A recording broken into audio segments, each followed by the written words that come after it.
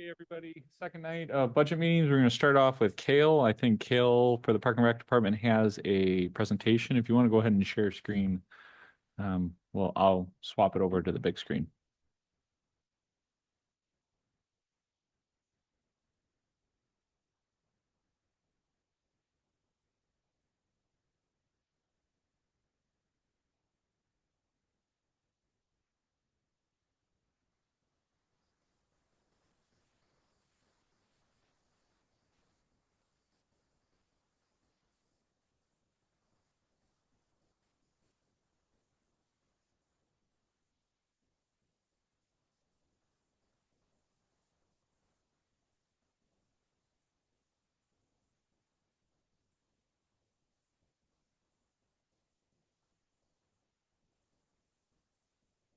We'll get started in just a second here, folks.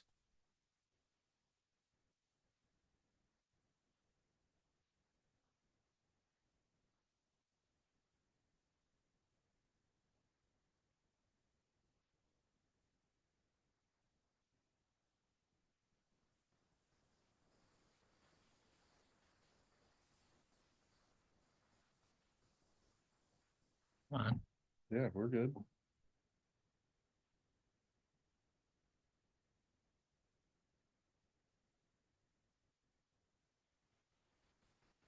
Okay, good. So first of all, thank you guys for taking time out of your day to meet tonight with budgets and the Park and Rec. Mine's fairly short for the PowerPoint, and then Nate will bring up the budget that you guys probably saw if you have any questions. So just wanted to start again, since this year we're going through the Park Master Plan. My budget is pretty similar to last year. I didn't ask for much because we're in that area where I would like to ask for a lot more, but I'm kind of waiting for that park master plan to come along and then ask on what I need. So that's what I'm trying to do. So if you guys have questions, be like, why didn't you ask for this?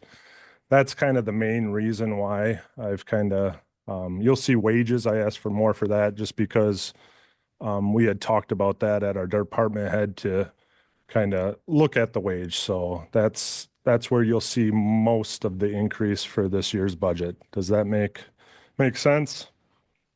So again, the first slide, just why we invest in Park and Rec. Again, I'm not going to go over all this, but it is a very important department of the city. A lot of people utilize open space and the recreation infrastructure. So I'm glad Viroqua and that we take it not lightly and actually have a park and rec. A lot of communities don't have it, which is unfortunate. But so again, thank you guys for that. Um, Moving on, the operational budget again, total three thousand eight hundred. Geez, I can't talk to you today either. $380,472. The the budget itself, I kind of went through more of the operational parks and recreation side, 118,000. So that's divided up again between equipment, supplies, fuel, maintenance, and repair. Again, what I'm looking for is quality equipment. As you guys know, we're on the mowers pretty much 300, well, not 365 days. That'd be crazy, but we're on the mowers a lot. So that's our lifeblood of the park and rec. If our mower goes down, we go down. So if we can, again, get quality equipment for our department, it just makes things a lot easier. Again, looking to maintain and improve the parks. We do a good job of maintaining them. We haven't really, from my spot, haven't done a great job of, improving them to what some other communities have, trails and playgrounds. So I would ask you guys to continue to look at how we can improve the parks. And then recreation programs. Again, for our small staff, I think we do a great job with maintaining the programs we have it is hard to offer new programs just because it takes time, energy, supplies. Um, so we would like to build more programs, but we're trying to be smart of how we do it. One of the big things that me and Nate talk about is how can we partner more with organizations that already have it. So trying to work with some of those organizations and reach out to them and figure out, like the library, they've been a big help in the last couple of years. We've offered new programs with the library.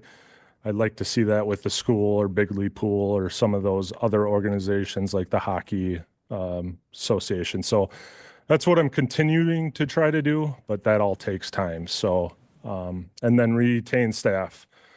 A lot of my time before summer is trying to get the word out to recruit staff. We've been fortunate since I've been here that we have retained a lot of staff, but it is getting harder and harder, just as you will see in some of the slides.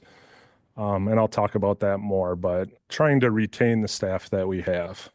So it doesn't take that much longer to train mowers and coaches on what we expect from them. Again, if I'm moving too fast, please slow me down. Ask any questions that you might have. So the recreation programs, again, 31,000. Kind of went over this, so I'm not going to get too much in depth. One thing I didn't hit, sports equipment. We do have a lot of older equipment. Laws and safety procedures are more in place these days. So we're trying to phase out some of that older equipment for the new, one in particular, the chest pads that have the heart guard in them, for baseball and softball. So we're trying to get more safety equipment. Helmets, you know, we have good helmets, but then we also have helmets that are 10 years old. So we're trying to phase some of that stuff out. So we're okay with the laws that are out there. So you will see an increase to the recreation side, about 1,050. There was two spots for that increase. One was the rec desk software increase. They do a bad job of telling me that they're going to increase it. So last year when we put it in the budget, I didn't know anything about it, but then they increased it $150. So this year I put another $150 because I'm guessing they're going to increase it again to 3,300. So you'll see an increase on that, and then an increase in contractual, which was the over 50 rental. We try to help with them. Last year we put $1,200 in there. The Ridge and Valley baseball and softball school busing, that's I kind of averaged it out. But like this year, we had 3 games that rained out that we didn't send the bus. So the busing cost was a lot lower than the average. But just in case it's a normal year, the average is about $2,800 for busing. And then our Driftless Soccer partnership, again, we take registration, but they hire the coaches and run the program, and then we pay them back $1,000. So that's been a good partnership. And then we try to help with equipment if needed, but they've been pretty self-sufficient for the last couple of years, where we haven't had to buy a whole lot of equipment for soccer, but that might be something down the road that comes up. Gail, just for clarification, and because I forgot you had done this in your budget, if I remember correctly, what that number you're showing up there for recreation programs, you divide your budget other, right? Like, so non-wages, non-benefits into 3 categories. And one is recreation, the other is park maintenance, and the other one is just like general admin. Yeah, admin and then office supplies. I can't remember. Right. I'll get to them, but yeah. So just for clarity, because I was like looking at that, I was like, what is that number? And then I remember how you did it, which is really valuable because you're really like, how much are we spending on parks versus park maintenance versus our actual rec programs. And so again, just for my own clarification, that is just like the supplies, equipment, other things, contracts to run the recreation Yep. programs. Okay. So yeah, this is equipment, jerseys, and kind of the contractual stuff. I have a question about the Driftless soccer partnership. Do they use any of the city fields? They do and they don't. They started at Washington and they just grew too big, so they're at Prairie Wind right now. And then does Prairie Wind require the city to do any maintenance or anything like that? Not currently right now, but that has been talked about Okay. to revisit down the road, but we haven't got there yet. Next one again is park maintenance. So again, this is like utilities, just the general supplies, day-to-day stuff that we purchase in the park setting. Picnic tables, that's a big one that we order. Supplies like baseball field mix and that type of stuff. And we'll see it on the other Excel spreadsheet when we get there. But again, this one was an increase of $8,000, and I'll tell you why about that in a second. Utilities, I bumped up 3%. So it was basically utilities and park maintenance. Park maintenance, our budget is pretty small right now. I think this year it was 16,000. And again, that's buying all those things. Water fountains, if we can, picnic tables, if we can, just anything in the parks that you can think of. And I have a list on the other thing, and those things aren't getting any cheaper, as you guys all know. Just bought 6 picnic tables for $2,000, I think. And that's not even including the lumber. So that's just the frame. So things are definitely expensive. So I put park maintenance $8,000 because Eckhart bathroom doors, I believe those are the original on the bathroom doors. And this year we just can't find it in our budget to pay $8,000 or more or a little less to replace those doors. And again, I bring this up because this year we had somebody come in the doors and then they stick. So we've been trying to sand them down and loosen them up and tighten everything up, but we just can't get it perfect. So the men's bathroom door doesn't even close anymore. So if you shut it, it's super tight and you can't get out. And the guy emailed me the next day. He's like, I barely could get out. Lucky I did. But if it happens to a kid's not going to get out of if a kid was in there and somebody shut it, they might be stuck in there for a little bit. So that's kind of terrifying for me. So we're trying, again, we've sanded the doors, we've done everything, but I think it is time to replace those doors. We've talked about the doors briefly, like you and I, when we were working together. You asked me some ideas about your budget. Do we ever talk about what the longevity of those doors are?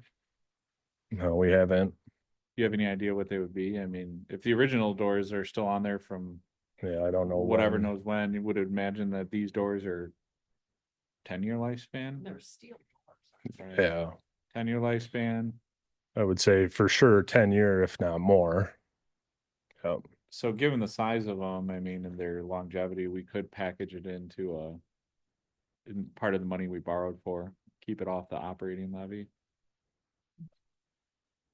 And that would allow us to do it without having to slice anywhere else, right? So I don't see why we couldn't do that. That's what I'm saying. It's like, why didn't we think about this before? But I think just in the rush we didn't. Yeah, probably. Okay. Thought we had I think discussed that's a good capital. idea. I think that should remove that. Should, Can I, sorry, go ahead. No, go ahead. I was just curious.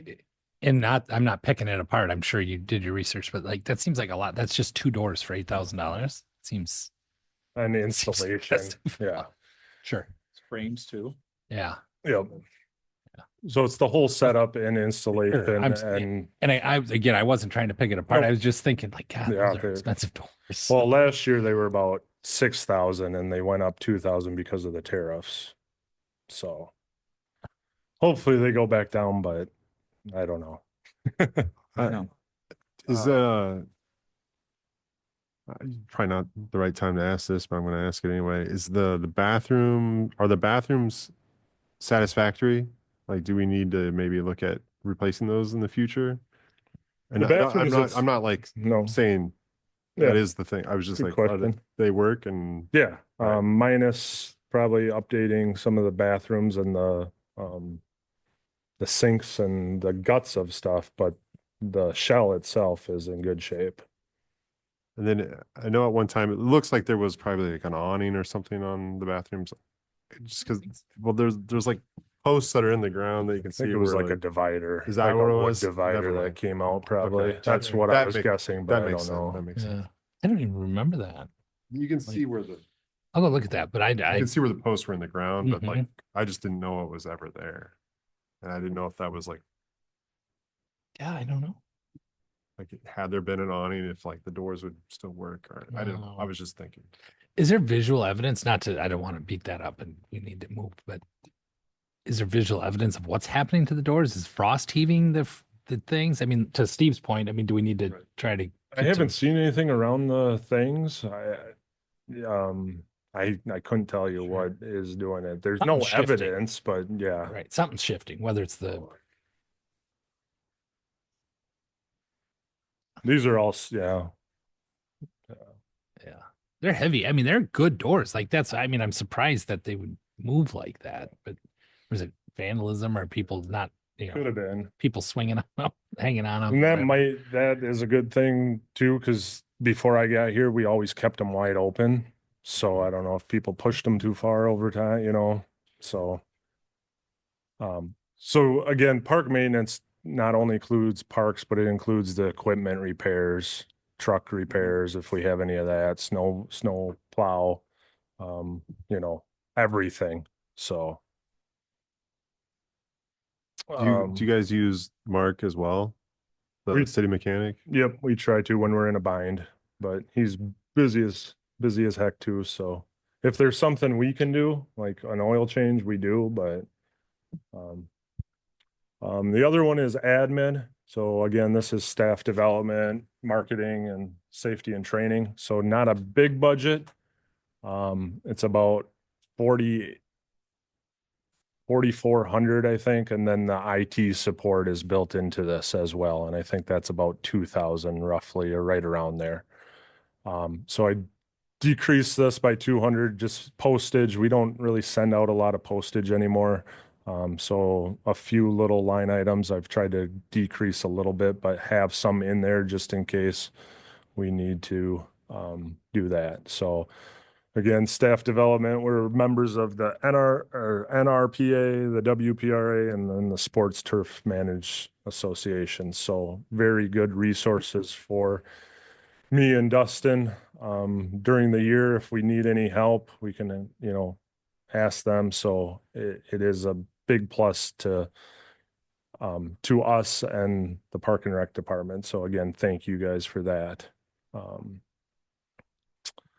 And then the last one is office. Again, software, supplies, marketing, flyers. So the big software are, Adobe, Microsoft, ArcGIS, and that Archive Social that we've been a part of. And again, we've decreased this one by just a little bit, but haven't really needed to increase it yet. So haven't yet. Just a thought, just dawned on me. I know in the past, like my wife signed up for tennis, like adult tennis last year, but then was refunded. Is there an additional cost to do that? Or is it just the money that was spent, they get back, or does it cost you like Parks and Rec? It depends Additional how, monies it to- depends how we do it. Okay. So what we try to do is have them credit their account since it's already there, and then that doesn't do anything. It doesn't cost us through RecDesk. It costs us admin time, Joy's time, because she then processes all those checks. If somebody requests a check back, Okay. then it's her time to my time and her time to process the checks. So no cost through Rec Desk.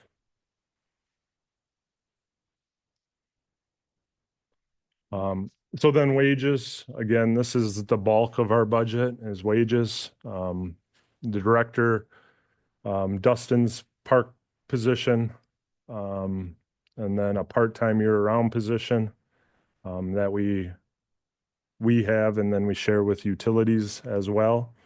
And then the seasonal staff, which also include coaches and umpires. So for mine, I was asking for an increase. And you'll see this on the other slide as well. But in reviewing other communities, and talking with Nate, I thought in line, because a lot of these communities have more full-time staff than me as well. So I feel like I'm doing a lot of that work where those communities have multiple staff to do that. And then the Wisconsin average is about 72,000. I came in under that. And then the national average I didn't even select the directors. I selected a parks guy, and that was like 85,000 for the average for a parks foreman. And again, I'm not asking for that, but just to get closer to the averages. Kind of the same with parks supervisor. He's below the average of the communities that we looked at, so try to get him up. The park full-time one, I increased the hours to 525 due to the Hanson Park Farm and the fire department.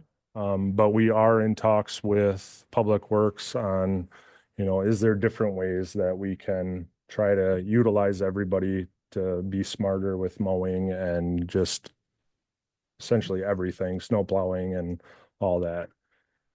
So you will see increases to that. I would appreciate if you guys would look at that, and if you have any questions, please ask. So Kale, that 261, 626. Is that off? Yeah, Oh, it's off by about $34,000. I have all of your increases that you've talked about, and so it's not like I'm looking at an old budget. It's just for whatever reason that total wage number, the department last year, for example, was at 204, 187, and you're not asking for $61,000 in wage increases this year. So may just need that's more of just like a caveat since we're recording and some, at least we have a couple folks online, but maybe something to look at. But No. that 261 doesn't seem to be tracking quite with what I have from your budget. Thank you. I probably added something wrong, so I apologize for that. Seasonal staff, I put in there a $2 raise for the park staff. This is again summer seasonal. We have 5. We had 4 this year. We had 5 spots. We just didn't fill it because we were trying something different with the part-time. We were going to have him work more. So by the time he took the utilities spot, we didn't fill that. And then halfway through, there was a guy that needed a job, a kid. So we put him in like part-time. So again, I'm not asking for any new positions. It's just the wage increase. And then the rec, again, that includes the coaches and umpires, but a $2 raise for the summer rec instructors. So that's like the golf program, the tennis, the in-house programs. And then I put a slight increase on the coaches, the traveling team coaches for the baseball. Softball, I kept the same because they don't go to as many tournaments as baseball. Baseball goes to 3 tournaments. Softball only goes to 1 or 0. And then I didn't make any changes to the umpires. Again, this is the hard this is hard to fill these summer seasonal spots just because normally they're the first job of these kids.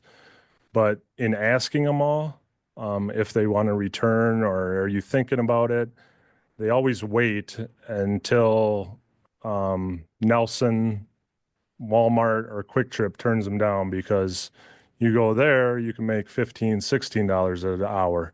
So we're always right up until the end filling our spots because we're waiting for all them. So I'm just trying to get closer to that. I know it's hard, but park wages I think would be at 14. Currently they make 12, and then rec would be at 12 instead of 10. So that's kind of my reasoning behind that. And then I just noted on the bottom, I found this on the NPR website. Most park and rec departments, again, have 8 full-time staff members for every 10,000 people. So that would translate to, 0.83 for 1,000 population. So benchmark for us would be if we had 3.8 full-time for the park and rec department, and I would have to look, but 2 full-time for sure. And then we have a couple part-time positions. So Kale, is that specifically talking about Park and Rec in general, or is that talking about one particular aspect of? that's overall park and rec. Yep. All the departments, and that's throughout the national. Oops. Because you're at, by comparison, 2.25 full-time equivalency, For probably pretty close. Yeah. because it was like, I think 500. Yep.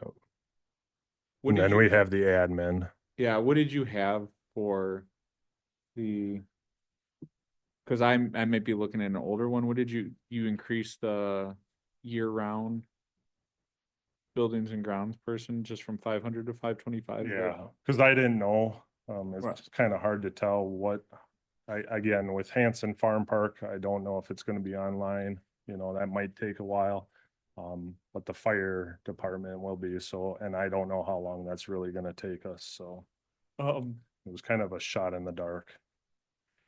I was looking at your numbers to try to get in line with what you had on screen here, so I may have missed this, but we had that meeting today. I know you mentioned it briefly, but did you want to just maybe go over that, like what we talked about a little bit more? Because this group in our last budget team meeting had conversations about it, and then we were able to have some really good conversations today to that effect. Did you want to maybe briefly touch on that just a little bit more, just to kind of let them know what some of the ideas are? And You want all the ideas? no, not all the ideas, but just like generally high level as best as you can. I know there's a lot talked about, but I felt like we came out of there with some good direction. Yeah, like I had mentioned, we met with Sarah's team, in Public Works, just again, what ways that we can better utilize the mowing schedule, because again, Park and Rec mows a lot of street department areas and a lot of utility department areas. So we talked about, do they take a little bit more on from us so we can look to maintain and improve the parks more than what we have been doing than just mowing the parks?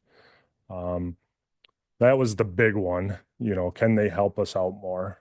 The other ones were, do we maybe not mow as much? The park settings, we like to maintain a park setting, but maybe the surrounding outlying areas, do we not try to get there every week like we tried right now? I brought up, do we look to pawn off some of that property after our park master plan? Do we need that? For instance, the Dredney lot that takes us a while to get out there to mow for an hour. So those were things we've kind of came across where, are we currently mowing too much right now? Like the Collins sign, we mow all that. And in talking with Sarah, she thought maybe we mow too much out there. So just trying to get everybody on the same page and what we can do to, Didn't she think that wasn't ours to mow at all anymore? yeah, besides the right of way. Right. So Yeah. there's just some things where like we've been mowing stuff and we passed it on to Kale, and then Sarah's looking, it's like, well, why are you mowing that at all? We don't own that property. It's, A big billboard on the south side when you come into town. We call it the Collins sign, yeah, so. On that weird little kind of triangle of Yep. NN and Main there. Yes. so there's today, just as a recap, we talked about parking, Public Works taking over more stuff from Park and Rec, and as part of that, we said, can Public Works do less of other things? We don't want to just heap this on your plate. Are there things you can gear down off? At our last budget presentation, we talked to Public Works about possibly gearing down as how much frequency of compost pickup.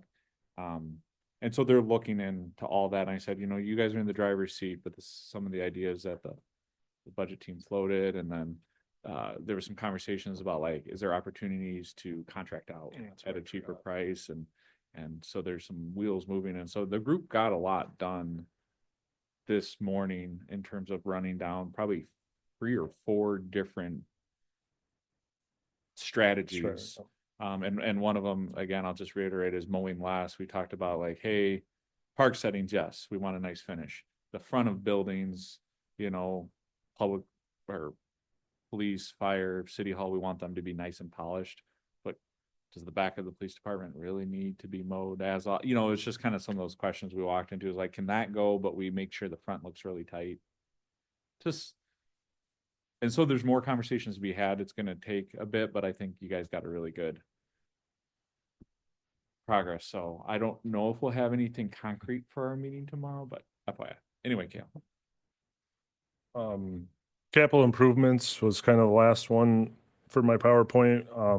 And I'm sorry, I didn't check with Nate. But I put 9,000 in there for the trade-in.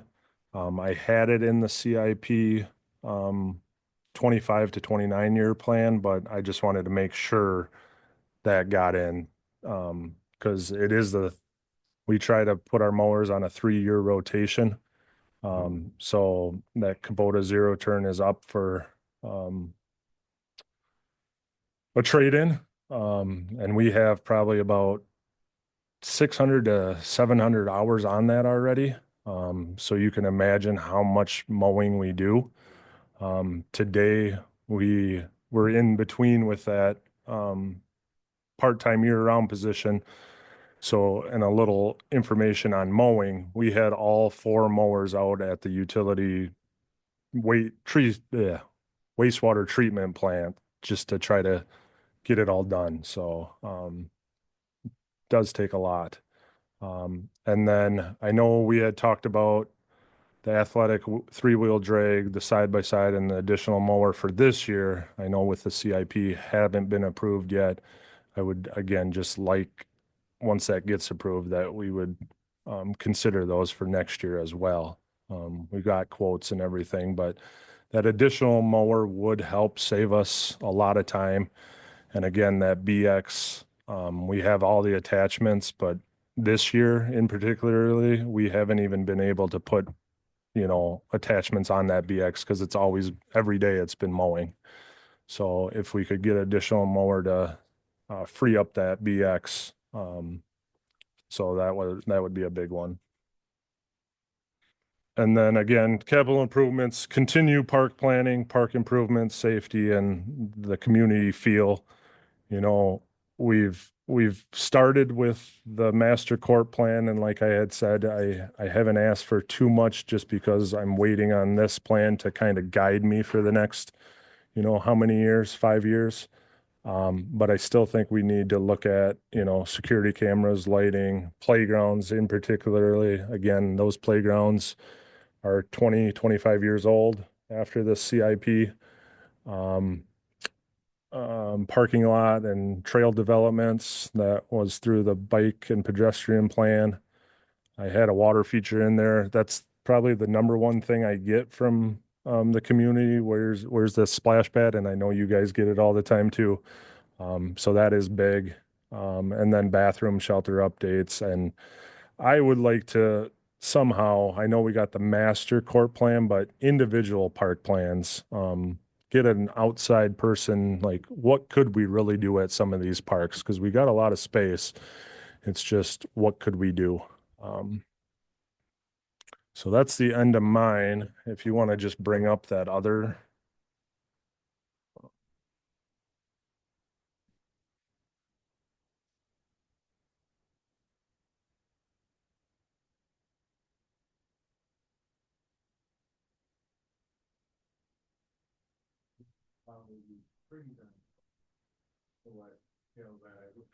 It should be pretty close to where Kale's at. I will make note that there are some variations that have happened since he's turned in his budget. You know, I always monkey with the budget as time goes on, you know, small changes here and there. So this is roughly what you're talking about, except for the fact that, again, based on your changes, the wages I have are at about 227,000 total versus 261.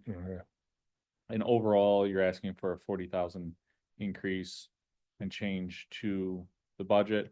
Of that, you know, we talked about that 9,000 that for the Kubota and accessories and with trade-in is in there, and that's not a capital item we can borrow for because the lifespan of it is less than 3 years or less than 5 years. So we don't really borrow for things that we're done with. What about the doors? Doors would be, because those doors are still in there. Yep, $8,000. You can see that, I think, under repair and maintenance. That's the big increase there. So it shows 7,500, but he was able to, I think, cut down in other places, but that's the big chunk right there. And the capital, this was, as you explained it, Kale, some of those items, I think it was like rec desk and whatever it may be. And then the big area is, of course, the wage increases. Can everybody see that? Okay, zoom in a little bit more.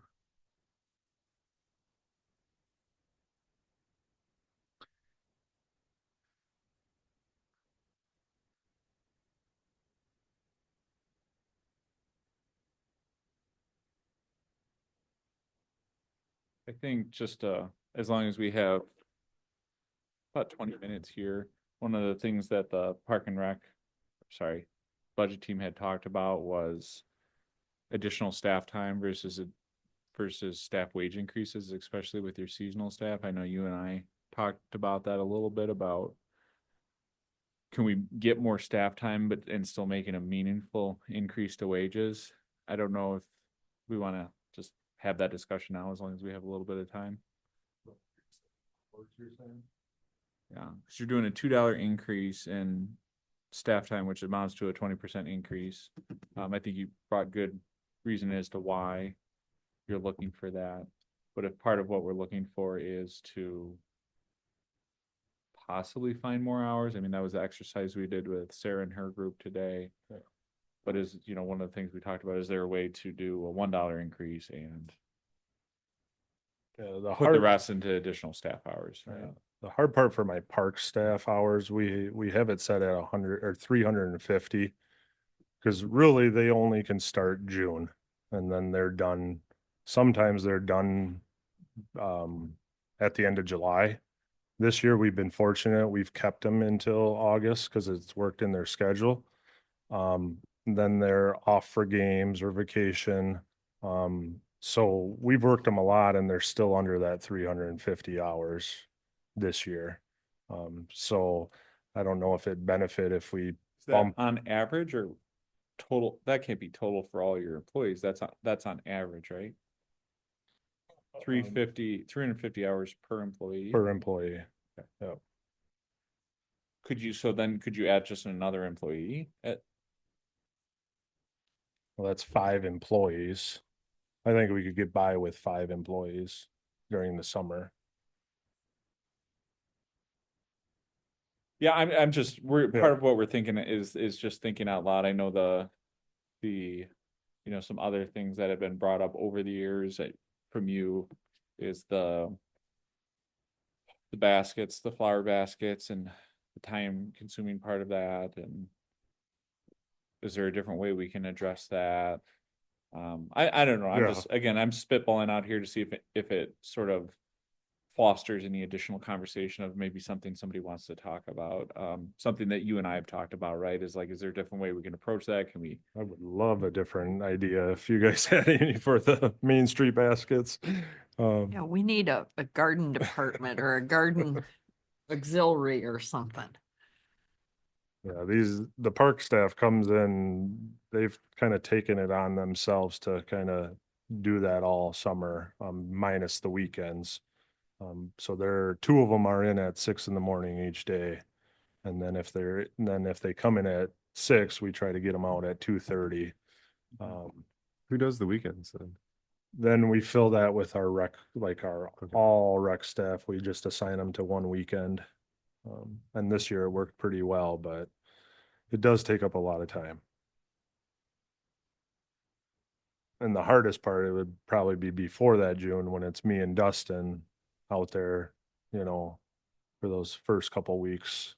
And again, this year we've been pretty fortunate for them to stay on, but normally mid-August, it's me and Dustin from, mid-August to September. Tuesday, we'll take them down. Does the rec staff work less hours per day than the park staff? Yeah. Is there any like a hybrid position where you could do like rec and park? Is that would that help? Not help? I don't know. You have some people who cross over, don't they? Not this year. Oh. We've talked about it, yeah, because most of the rec staff work 8 until 12. So they essentially, if they want to stick around, we've talked about it. We've just had nobody interested in, coaching and then going to the park side. Understood.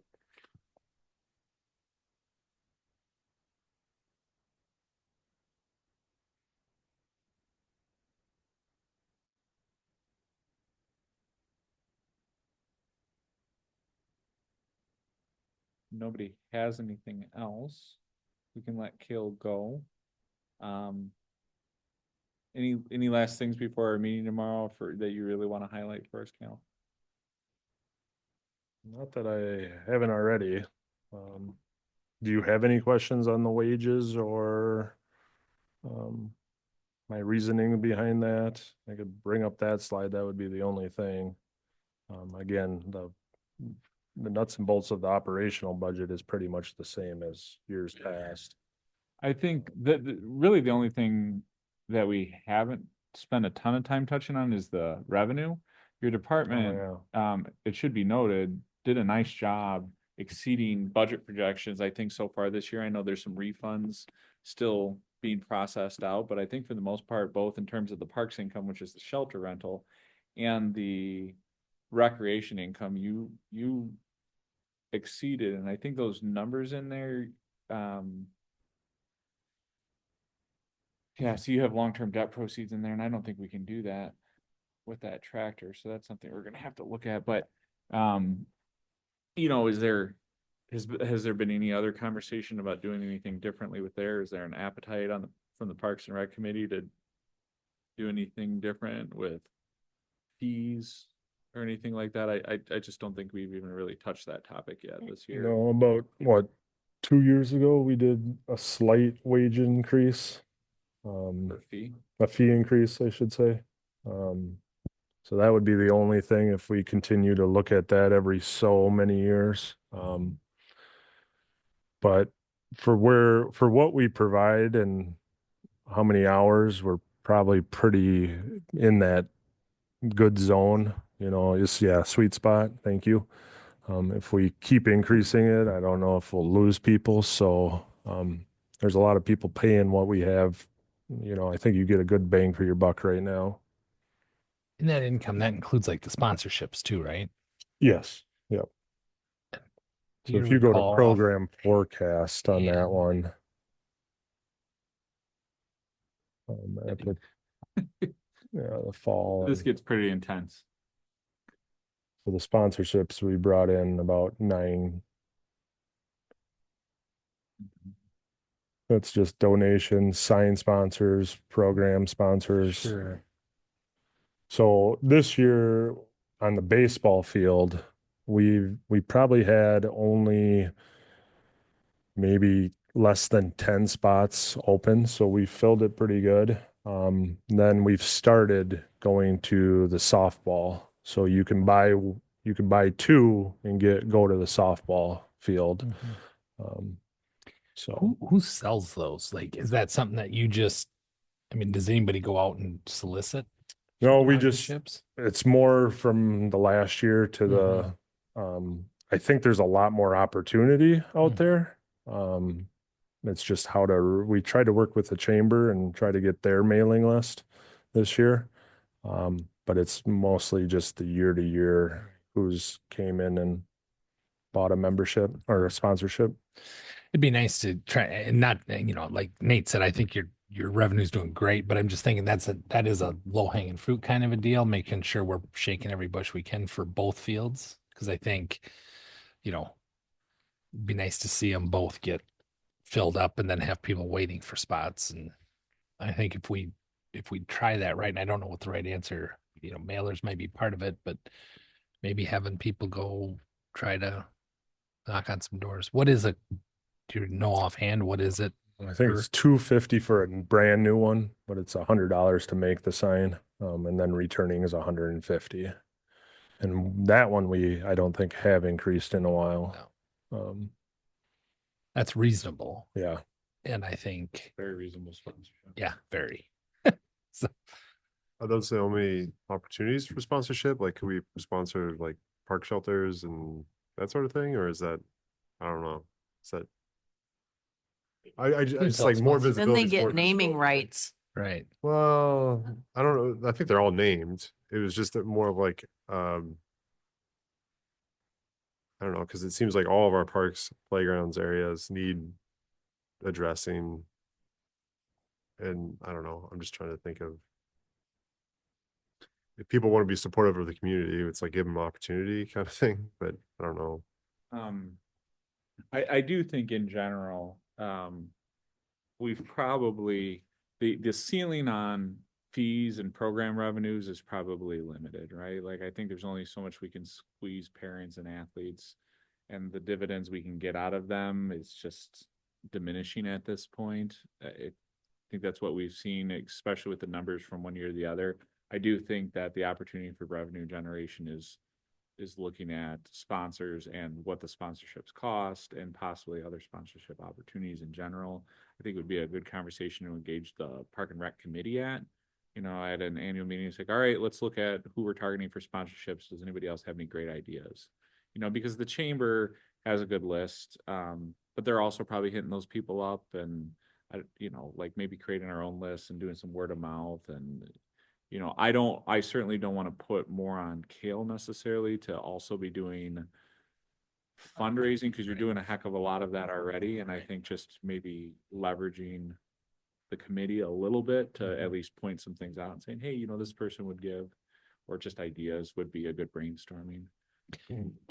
I agree 100%. I wasn't asking because I wanted you to go out and try to sell more sponsorships. I'm trying to think. I mean, like, different sporting events have, they have athletes going out and knocking on doors. They have athletes' parents. There's parent reps. There's different entities that sometimes are willing to go out and help kind of promote that. And I just want to make sure that we're maximizing that. I don't know what the football field ones cost to the school district, but I'm confident they're more than that, and they tend to sell a tremendous amount of them. So I think making sure we're out there, let's get those fees where they should be, if there's room to turn them up a little bit, and then let's make sure we're knocking on every door. And I'll try to help to come up with some ideas on how we can do that. One of the things I've seen, and we want to be cautious on how much we do that, is I do know like the city of La Crosse, City Island, Alaska will sort of give maintenance responsibilities to a private group, and then that private group said, like, put their sign out there and said, hey, this particular roundabout, Adopt a flower bed. Or yeah, there you go. Yep. Yeah, and so I don't know if that would help with either, like, hey, I adopted it by giving money to the parks, and now I got a little sign up to say, like, I helped beautify this area, or if like a group like CNC would just be like, yeah, I'll take care of one and put my sign out there. I love the parks anyway. We've thought about it. We just haven't implemented it yet. Well, and I think I get you. you've done a tremendous job in your time here, and Thank we you. want to thank you for that. I mean, that certainly doesn't go unnoticed. You've really done a lot in a short period of time, I think, to really tackle the priorities the council gave you when you came here. And again, Yeah. that's noticed. So I want to make sure you know Yeah. Thank you. that. And I always say to Kale, like, hey, these are just, we're brainstorming just because we want to make sure, you know, like we're in it kind of together, but also, you know, sometimes when you tell people suggestions, like, hey, don't think I didn't already think about that, right? Like we get that too. So, but I think it's maybe some food for thought for Steve's committee. Yeah, that's like, I lived in a community that had an extension, much like, I think we have a University of Wisconsin extension, yeah. They had a Master Gardener program and, but like, that was like one of the most well-attended thing by all the folks that were of a particular age that would have time to go do that. I don't know if they have a Master Gardener program, but it's like, it seems like something like maybe the city could help direct people to the extension program to be like, hey, because then essentially to become a Master Gardener, you have to garden, Flowers. right? And then it's like, well, if we have people that are interested in it, maybe it's a way to help beautify the parks or beautify the city or water flowers in the morning, possibly. I don't know. I'm just like, I don't know if that's an avenue to go down, but it was an idea that struck me there. And just so you guys know too, I know Steve knows, but we've tried to really started to partner with a school and their ag class to help us with some of those sign bed areas and the tech department to create us some signs or help us with some shelters if we can't.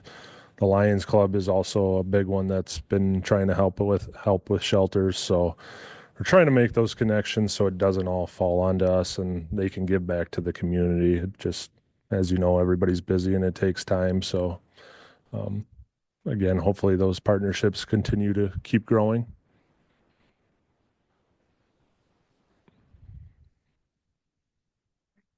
Again, thank you guys for your Yeah. time. I appreciate it. Thanks, Thank Kale. you. We're gonna go ahead. Thank you, Kale.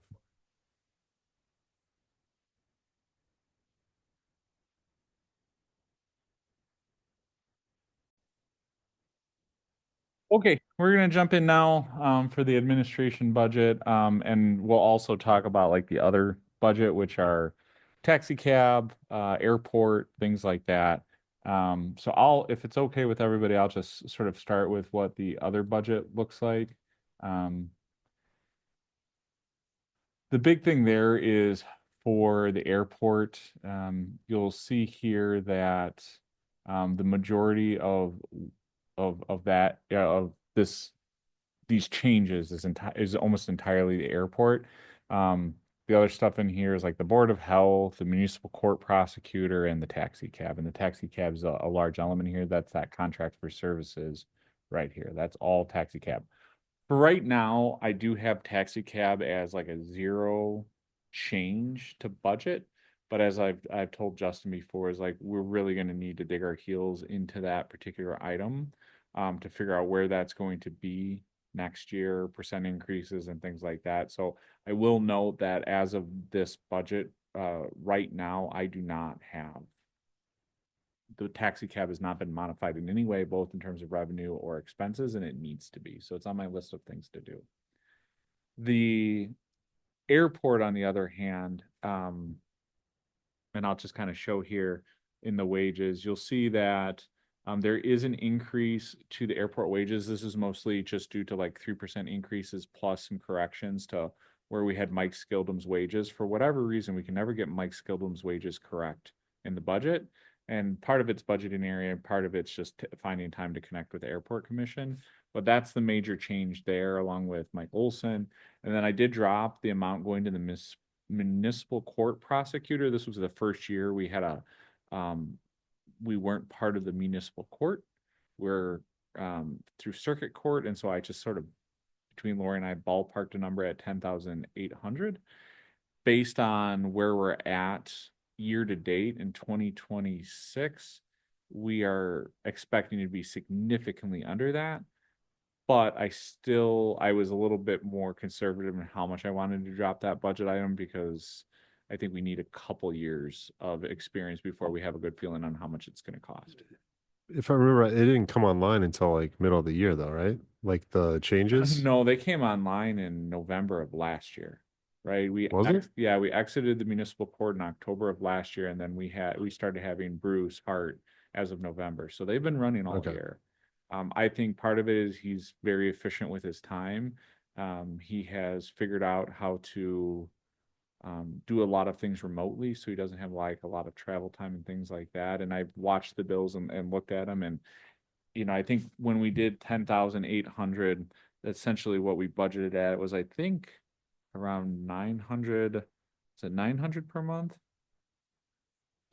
Um, yeah, 900 per month is what that airs out to, and when we see it, it's probably closer to 600, 700 on average.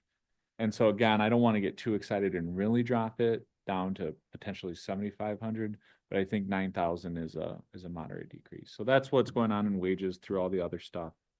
Travel and training really has a very minor budget. Actually, it doesn't exist anymore. That was all for the municipal court. So you see in 25 and 26, it doesn't exist. Repairs and maintenance is a fairly big one here. You can see here that for airport other expense, they're looking for 5,000 additional dollars. And the biggest chunk of that was specifically to do with the fact that they wanted 5,000 for annual crack filling. They redid that runway back in 2000, what was it, Lori, 20? It was like it was one of the first projects that I saw them do. It was like either 2019 or 2020. They resurfaced the hard surface runway. And so basically it's best practices to have so much crack filling per linear foot of runway. And so $5,000 is what they're asking for.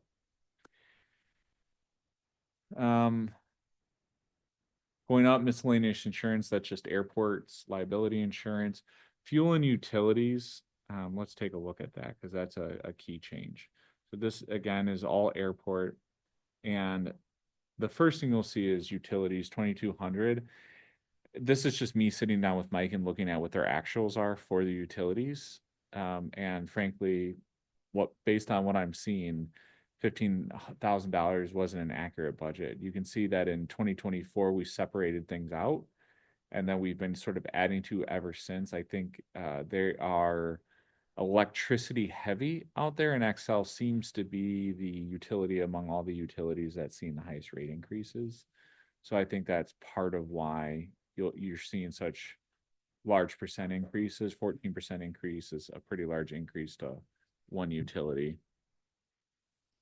So that's part, and then $6,000 in fuel expense. And this one is a little complicated. So since I've inherited the budget, when I inherited the budget from John Severson back 6 years ago, he had $26,000 in airport fuel revenue and $0 in airport fuel expense. That was the budget I inherited from John.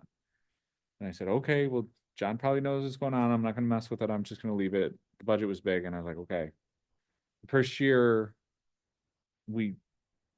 that wasn't accurately what happened at all. And our auditors pointed us like, why are you budgeting for all this income, but you're not budgeting for having to buy fuel? A good point. And essentially what it did is 26,000 in revenue just helps offset the budget. So there's not nearly as much taxpayer money that has to go in to support the airport, but it wasn't real.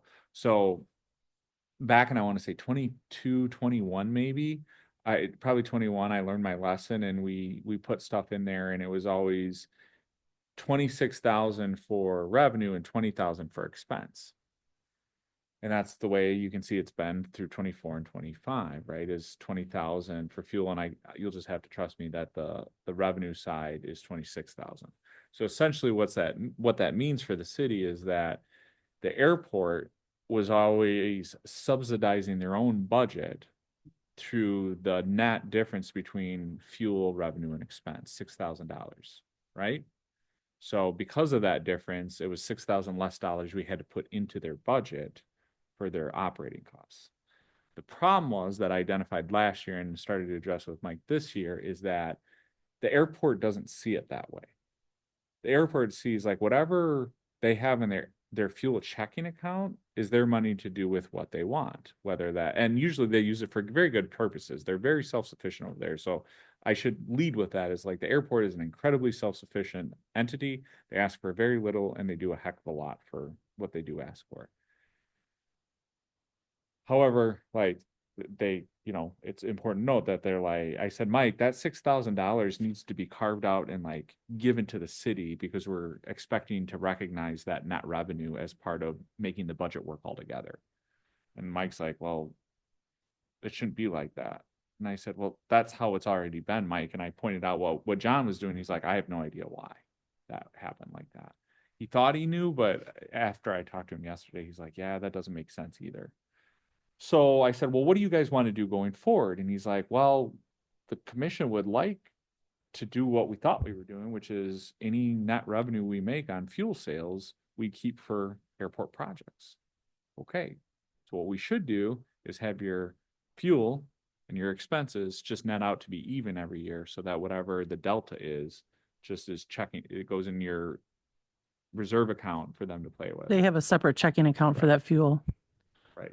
Because if we're expecting to have it and they're expecting to have it, we're essentially both counting on revenue.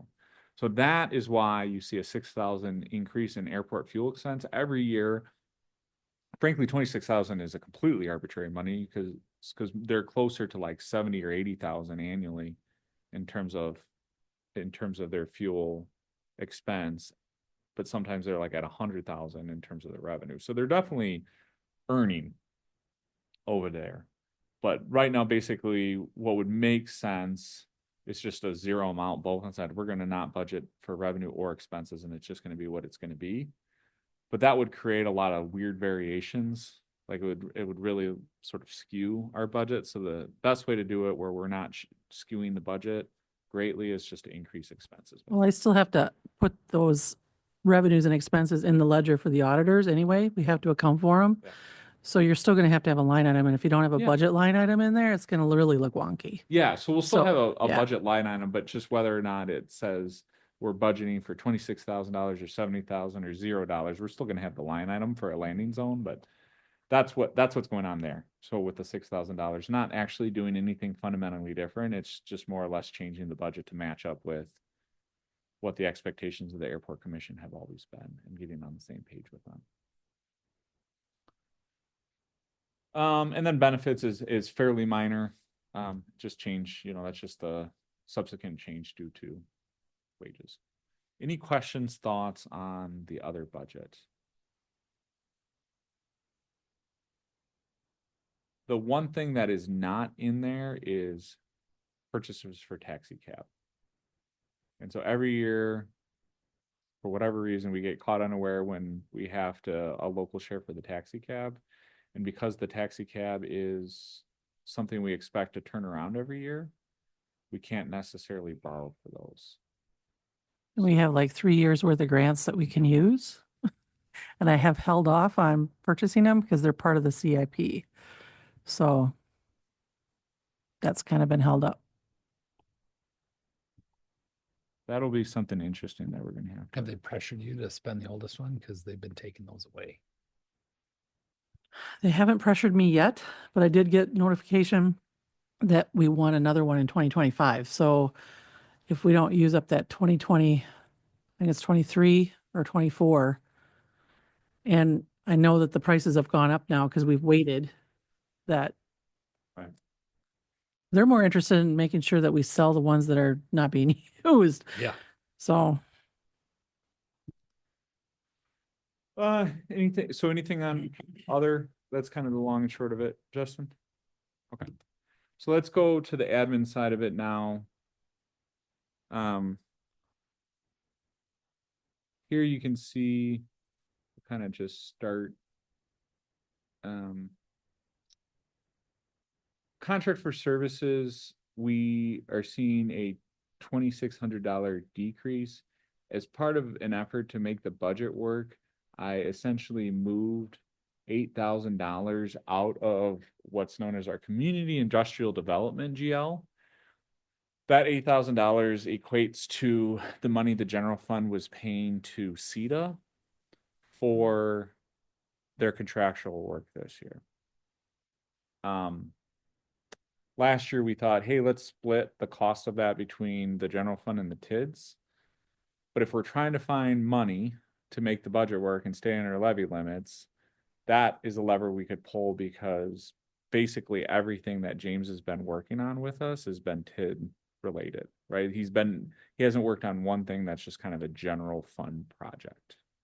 And so I do think that we have the ability to do that, and it would basically not saving money necessarily, we're just freeing it up out of the general fund. And we can basically split that between like TID 6 and TID 7. All right. Other items as we move down, you can sort of see there, general contractual services is going up by 4,400. That is essentially the website. We did not have the new website cost of hosting and other things in the budget, and so 4,400 is it. I don't know what happened, because we've always paid for a budget or a website hosting. It disappeared out of the budget. I think I'll essentially chalk it up to a budgeting mistake this past year, and so it needs to be recognized as a website hosting thing.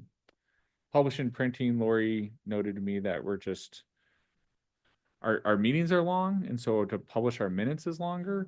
I do think that's an area we can probably look at, whether or not we can go with maybe a different paper, especially after the big snafu with the Well, what I do is different than what Cheryl does. So I'm actually putting the whole thing in there, proofing it and everything before it hits them.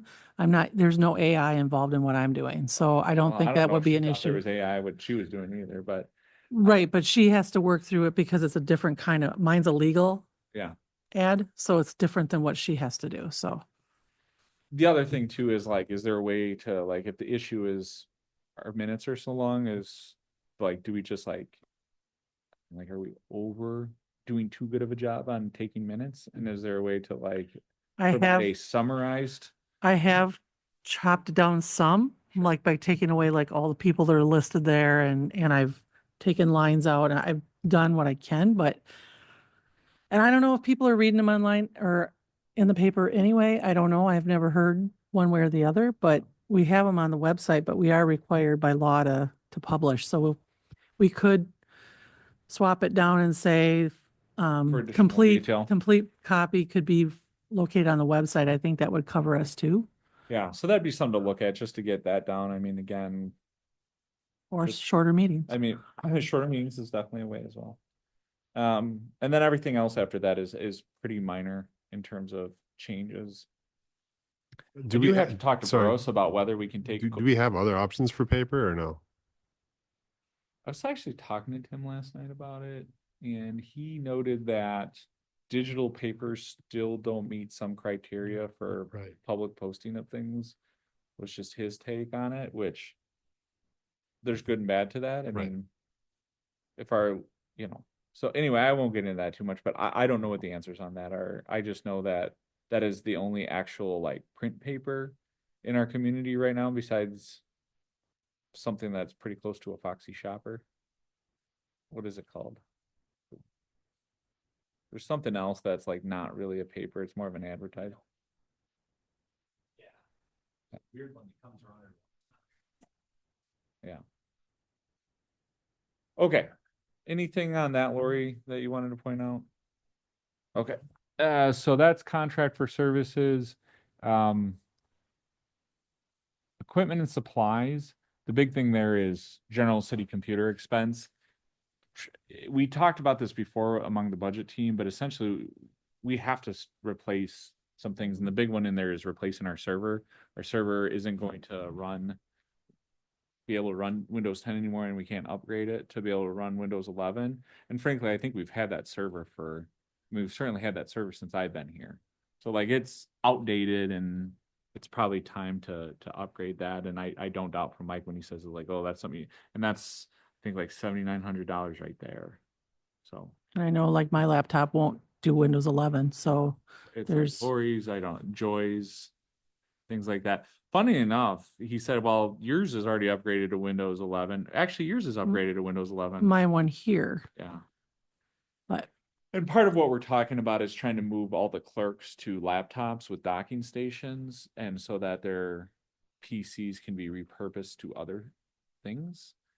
Because basically they're running redundant machines, right? Like you have a PC and you have a laptop, which means we have to have subscriptions with MCS networks on both, right? So there's ways to like just gear down on the number of total machines we have, and therefore what we're paying for, and therefore what we have to replace. And a lot of that was just a carryover from COVID, where we're like, we need to get laptops for these clerks so they can work remotely. And now I think the pendulum needs to kind of swing back. Is what we're talking about. But that's a lot of what that cost is.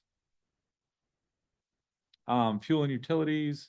Again, I'm just looking at what our city hall utilities are. Actually not too big of an increase. Again, I think that's mostly Excel, but we've actually rounded out. I know early in the year when we did our first quarter report, I was really concerned about utilities, and since I've looked at it through this year, it's really started to like calm down. So that's been great.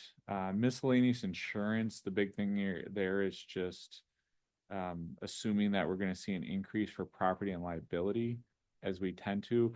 Lori and I are starting to work with another insurance group who a lot of communities are working with through the league.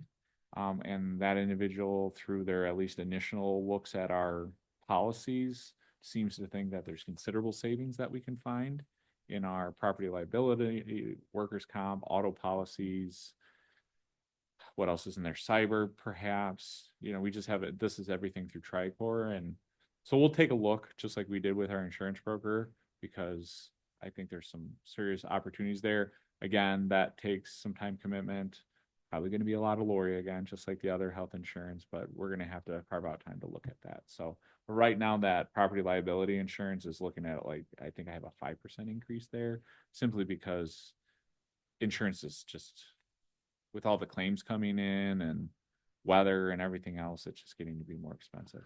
And I will say with our new broker, they may have some opportunities for us to on the work comp, because if we are going to be using neighborhood clinics through some of what they're offering, that may be an opportunity where we can go to the neighborhood clinic versus going over here to Vernon Memorial, and that could be a savings in our mod at some point. So there might be some opportunities in that as well, but I have not had time, nor are our broker until September 1st, so they can't really tell us much until after that. So. Moving on to other celebrations and entertainment. These are like fireworks, end of year gift cards for the citywide, things like that. We've kept that fairly stable. I think that insurance has looked good on that and hasn't escalated, and for the fireworks policy. And I know Dean probably wants to see a little bit more money for a bigger show, and now Dane, but I don't know. I didn't think that was a priority to increase, frankly.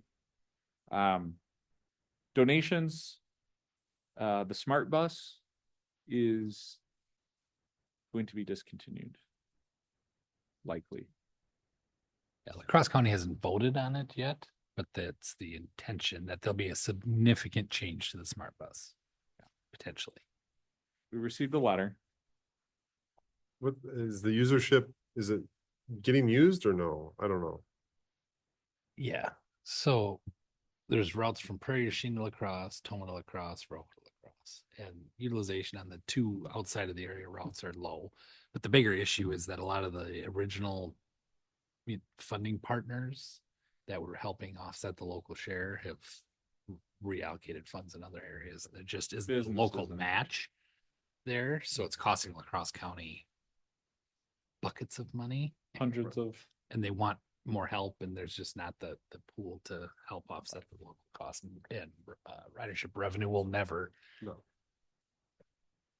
pick up that pace, unfortunately.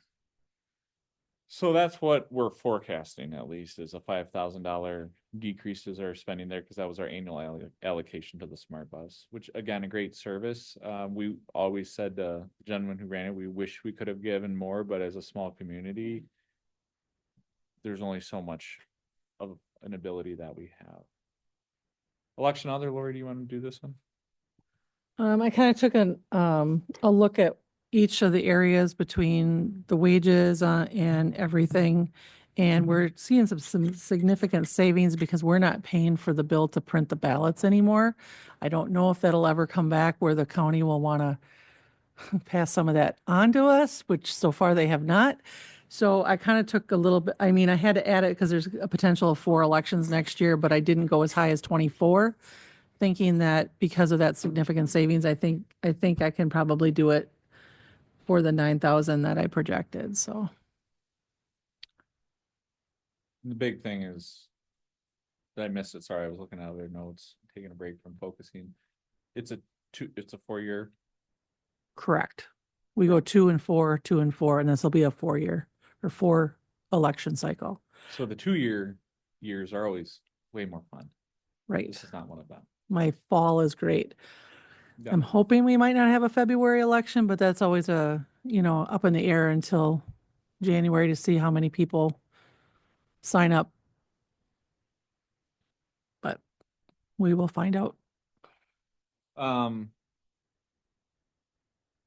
Budget team has talked about this in our internal meetings, but the other big one there at the bottom is a $10,000 increase to historic preservation. That was a request from historic preservation based on a request from Gail Free of the Vernon County Historical Society for their HVAC project. And so I added that in there because that was the request made by the Historical Society. Or the Preservation Commission. Do you know? Was that what he'd originally asked for? I can't remember. Was he asking for 15 and we said? I think he asked for 15,000 when he came like the first time, and the historic preservation was able to get him 2,000 out of their budget in 2025, and now he's coming back asking for 10. I'm trying to think. I think aren't they like at 15? Last time we talked to me, they were at 25.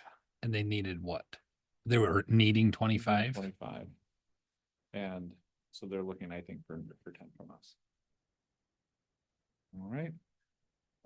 Repairs and maintenance. I would not touch this budget at all. This is building maintenance. We lowered it in 2025 to help things out. We're going to be running up against it this year. There's just a lot. I mean, there's always a lot, and building maintenance is not getting cheaper. What's that? What's that? Water. No, that was handled in-house for the most part. The Public Works Department does a tremendous amount of work. Like if they can handle in-house, they'll handle in-house and get materials. They may bill us for like some of the things that they buy, but they don't bill us for the work that they do. So that's been a huge help. So kudos to them for that support. It's just things like generator maintenance, HVAC maintenance. We've had, I think, was it this year or last year, we had to replace boilers at the library. I mean, the library has just been, unfortunately, a little bit of a pill. Rick's building has ongoing things, but we always have to remember that original building was built in 1995, I want to say. So that building is probably 30 years old. And granted that it's gotten like a significant remodel, it's still gonna have things that weren't addressed in that we have to, work on. And, so I think that's pretty normal. And his hasn't been too exorbitant. It's been a few things here or there, but it hasn't been major things. But again, keeping up the buildings is really important. And keeping 3 buildings of our size going for $14,000 is, you're talking less than $5,000 per month for building maintenance on those 3 buildings. Is the new fire department going to be part of this, or are they going to have their own? They've always been their own. Okay. So, travel and training. What I'd like to say is, man, I sure wish that would be larger, but when you're talking administration, it's me, Lori, and Joy. And part of it is And council members. and council members. Fair enough. Yeah, because Cindy, I think, is going to a fall conference again this year, which is great. Part of it is just time constraints. I would love to go to the fall conference again this year. It was very helpful last year, but to take 3 days off essentially to go do that at this point in time in September, I think it's like early September is just impossible. So carving out time and freeing people up to go do that, and 1,000 per person essentially for full-time staff. And if any council members want to jump on board, a lot of it too is that there's a lot of opportunities for like online. So I try to take advantage of free online webinars through WCMA or the league. But it would be great to get people out there a little bit more and connect with their peers. I did sign up to go to Green Bay next August, so I already have my hotel. They sold out. Pay with they- check, Lori? No, they sold out in 24 hours, Oh, so wow. I had to get in Is there. that the clerks conference? Mhm. So Lori does the clerks conference every year, right? I've only gone when it was in lacrosse, but I got pressured to go next year again. Oh, So this one was in lacrosse. this last one was in lacrosse, so I didn't stay anywhere. It was just, Gotcha. I was yeah. kind of wondering where it was at. Anyway, so travel and training, and then wages. That's sort of the bigger item here. So I'm gonna open this up and we'll just kind of walk through this.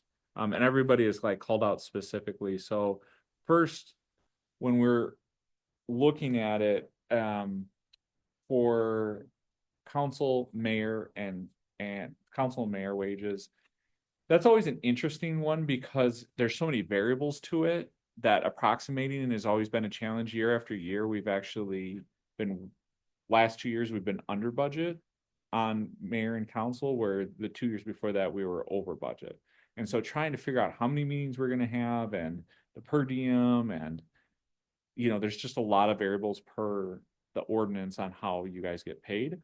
So that's why you don't see a big increase there, is because while there is a CPI increase, we've been so under budget, and we're tracking to be under budget this year, that it doesn't make sense to really increase that significantly. Like, that's just minor changes to the calculations.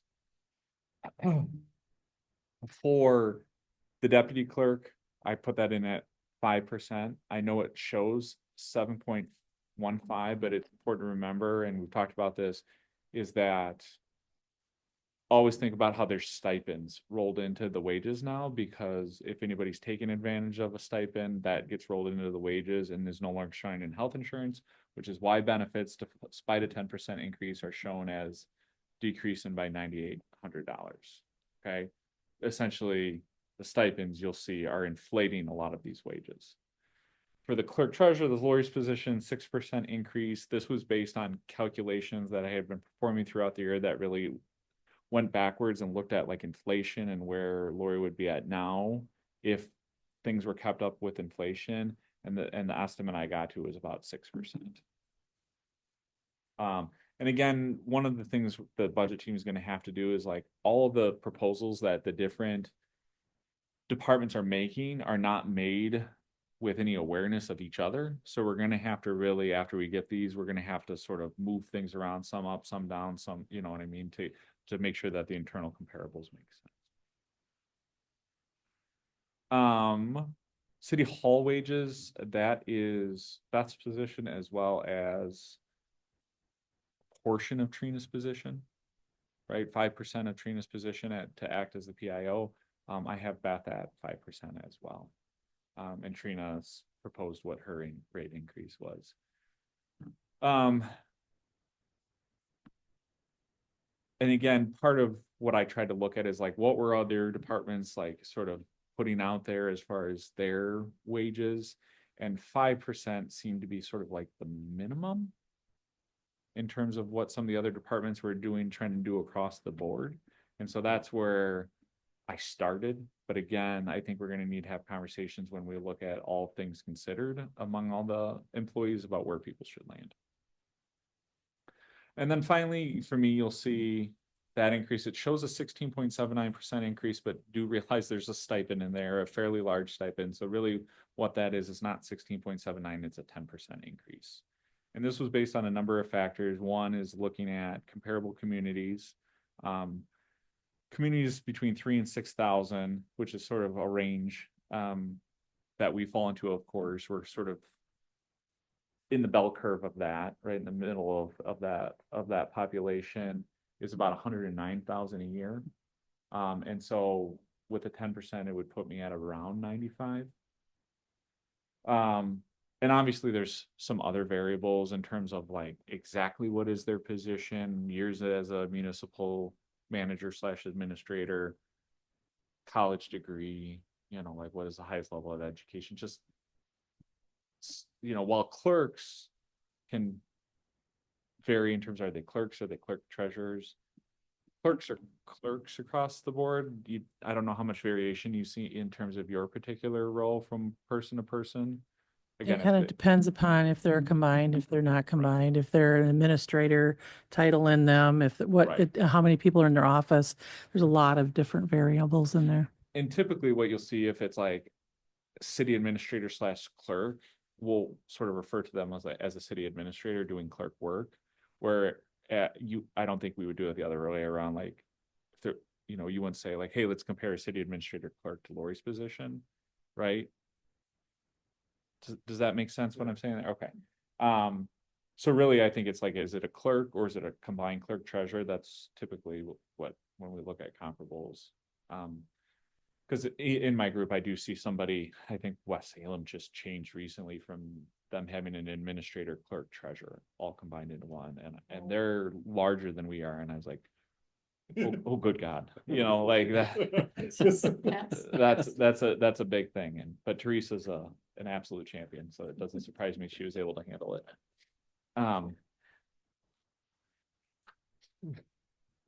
So part of that is comparables. The other part of it is essentially some promises that were made when I started the position back in 2019 by that past mayor of starting me at a certain rate and then saying like, in a couple of years, we'll take a look at this and we really want to do a bump.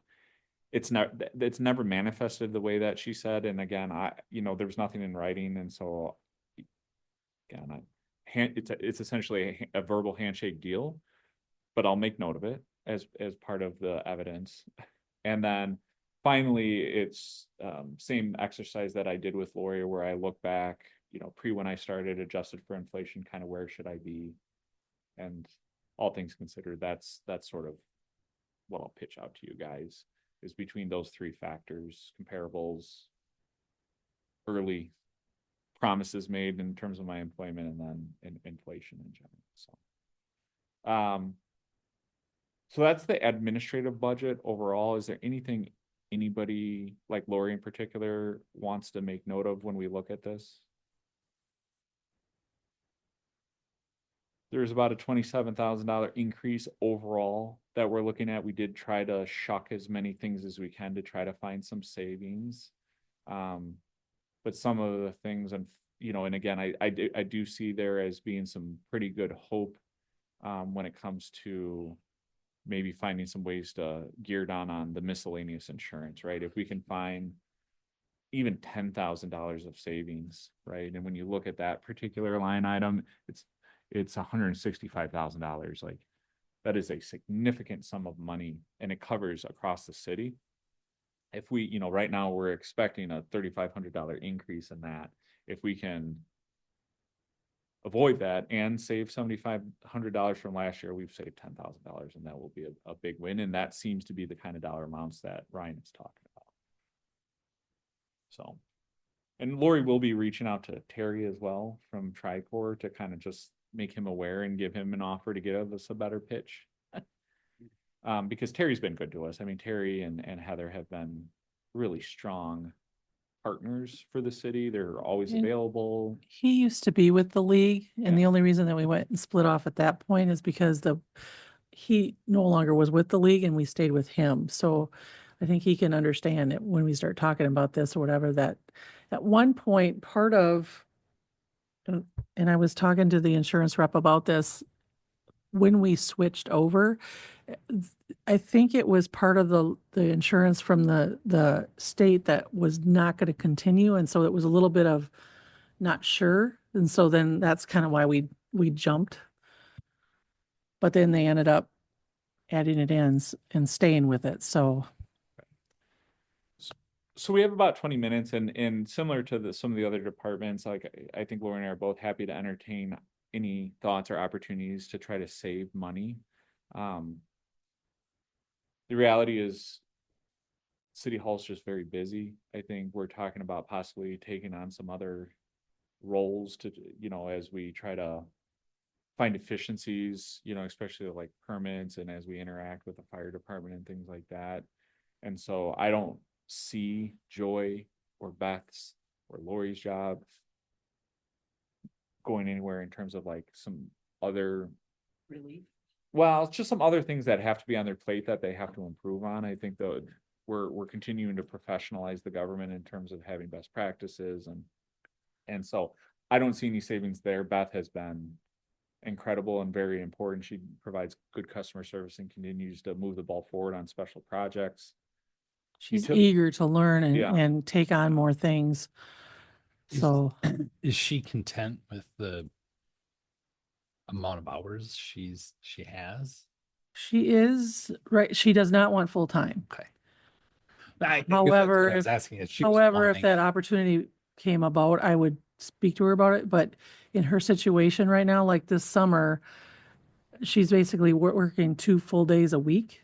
Just it works out for them. But after now Labor Day, then it'll go back to where she's going to be working basically every day, but it's smaller hours Sure. and for a total up to 28 hours a week. Sure. So And I was just asking simply because she is tremendous. I've heard a lot of good about her, and I just Mm-hmm. wanted to know if with what's coming on, it might be more work, but I know she's eager for some more work and she's I can't keep her capable. busy sometimes. And I want to give her more. Yeah. And sometimes I just don't have the time to show her and I have Sure. to make the time to show her. Sure. And I say, you don't have to get this done in like the first 2 hours. Well, she will. And, and then it's moving on to the next thing. And I'm just like, okay. Right. So I actually have her kind of doing his backup for some of the stuff that Joy is doing. So if for some reason Sure. she can't be there to enter something, she's getting more experience that way, which kind of really helps.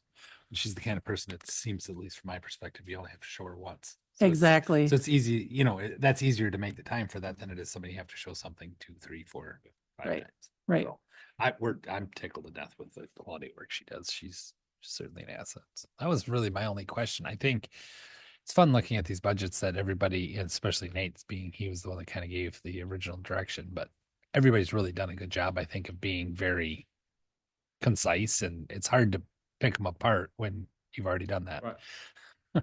And again, when you look at, I'll sort of collapse this, when you look at, it's very similar to other departments where the increases are really concentrated in wages, which was what our attempts were. And some of the things that we're asking for increases, that IT thing, same as the police department, we're gonna have to take a look at that and press Mike did.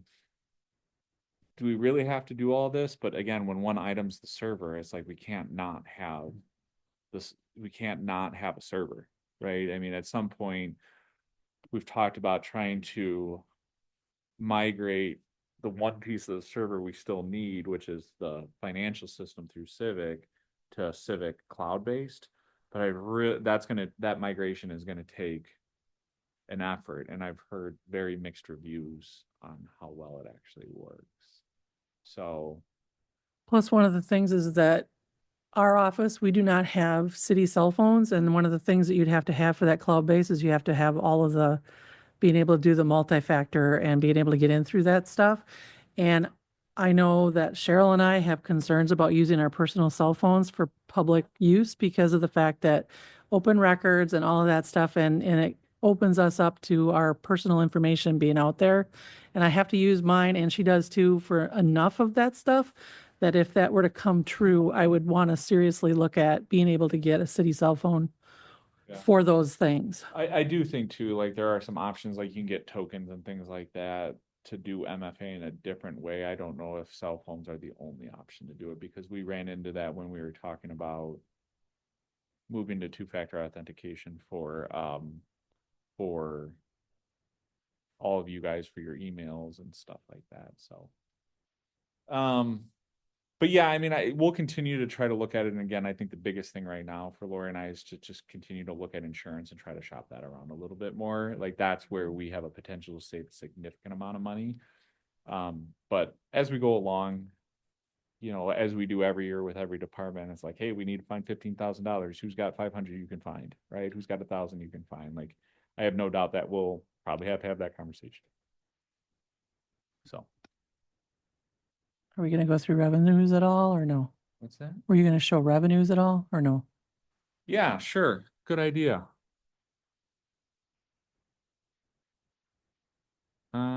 Let's look here. So as it stands right now, in order to bring about a balanced budget, we're looking at $281,000 in additional taxes we would need to levy for, which is, I think, over a 10% increase. And right now the budget is not at a point where we meet levy limits. So we know we're going to have to cut things. We asked for the department's first best budget and they sent them out. But that's really what's going on in taxes assessment. We have not budgeted for any changes necessarily to room tax. I can run that exercise, but we're doing really solid on room tax, and that's a pretty elastic revenue, meaning that if the economy downturns, people are traveling less, we could really see a dip in our room tax. Eventually we could possibly talk about a room tax increase from 6% up to 8%, but that was quite the conversation when we did it in 2020, or late 2019, I should say. And to go up another 2%, we might find ourselves just wanting to have more runway. I think it's something we can do in 2026, but I don't think we can budget for it right now. We just don't have enough time to have that conversation, I don't think. Because that was something we talked about at the Housing Advisory Board too, is there a way to do some housing initiatives with some of that money? Not the tourism portion of it. Okay. So the tourism portion of it, so of that $100,000, let's just say $70,000 has to go to the Tourism Commission and their whole. The only things that they can use that money on are items that would reasonably increase the number of heads and beds, right? Reasonably expected to increase hotel stays. So if it's coming from the tourism industry, it's intended to support the tourism industry at the same time. That's how the Wisconsin state rules work. 30% of it comes to the city. So if the Housing Advisory Board is like, hey, can we have some of that money for housing initiatives? You can't really touch the stuff that goes to Tourism Commission, and the city depends on that 30% greatly to help just do the stuff we're already doing in the budget. So it essentially, for the Housing Advisory Board, they'd have to fight for the money just like any other department. But if we did a 2% increase, that would certainly increase the amount to go around. Intergovernmental revenue, we have not received our first notice of state aid, and that is a big chunk of it. So you can see here, I have intergovernmental revenues. Okay, let's move that. That's a big graph that's getting in the way.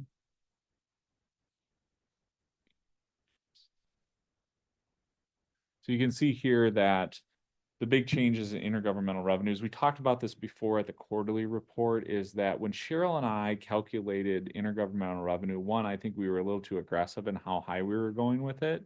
And number two, the utilities are assessed so that they can provide a tax equivalency payment to the general fund, right?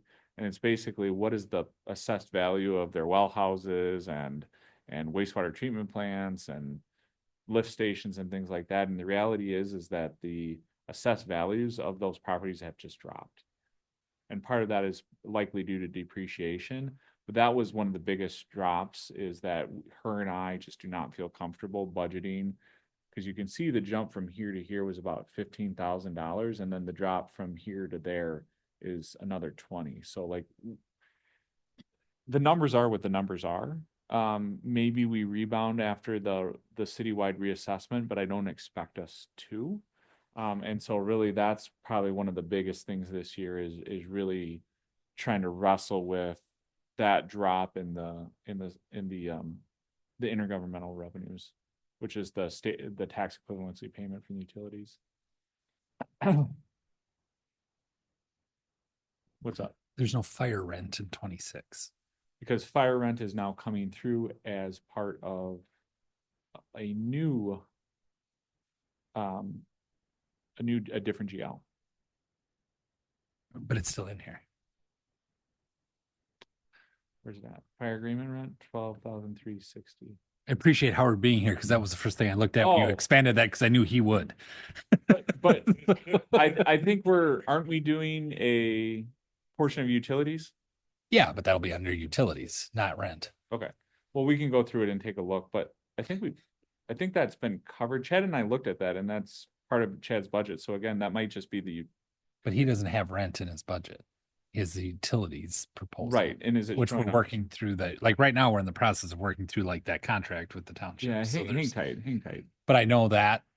Hmm. And even if that, I mean, whatever that number ends up being needs to be somewhere, but I don't think that's the Right. place for it. Yeah, no, and again, it just may be a difference in the GLs. I'll take a look at it. Yep.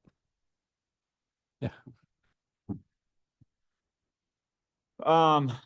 Again, yeah, the budget's a lot of GLs, and whenever we make changes like that, especially significant changes, you got to make sure you've clicked all the boxes to make that transition.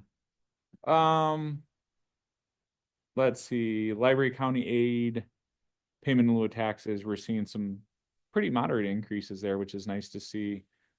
Share taxes from the state, the best guess I have at this point for the share taxes from the state is a $28,000 increase. Again, we're seeing increases, larger increases because of Act 12, but I need to see the actual notice from the state to have a better idea of what that number is.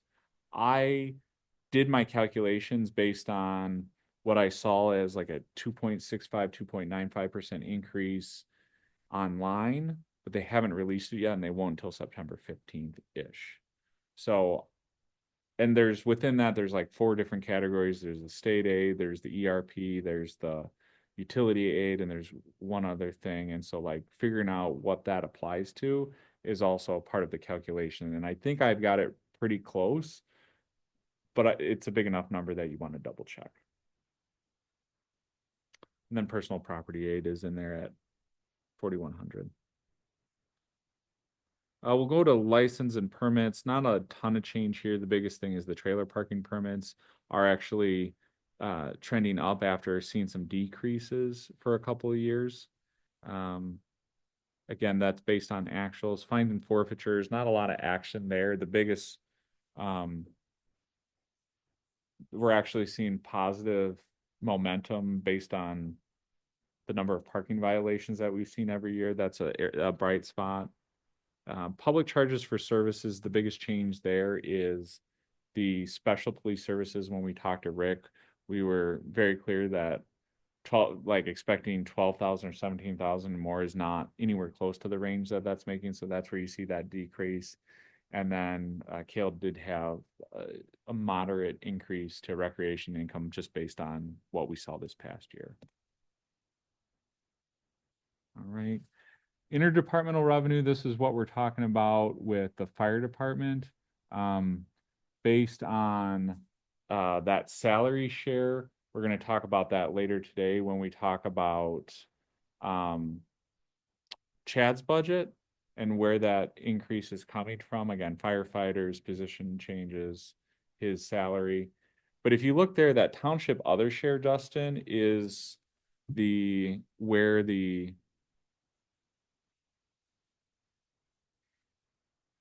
what's it called, would show up at.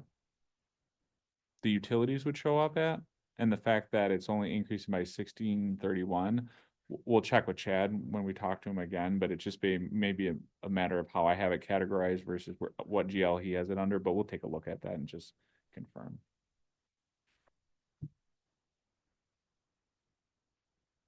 And on miscellaneous revenue, sorry, we're starting to run out of space here.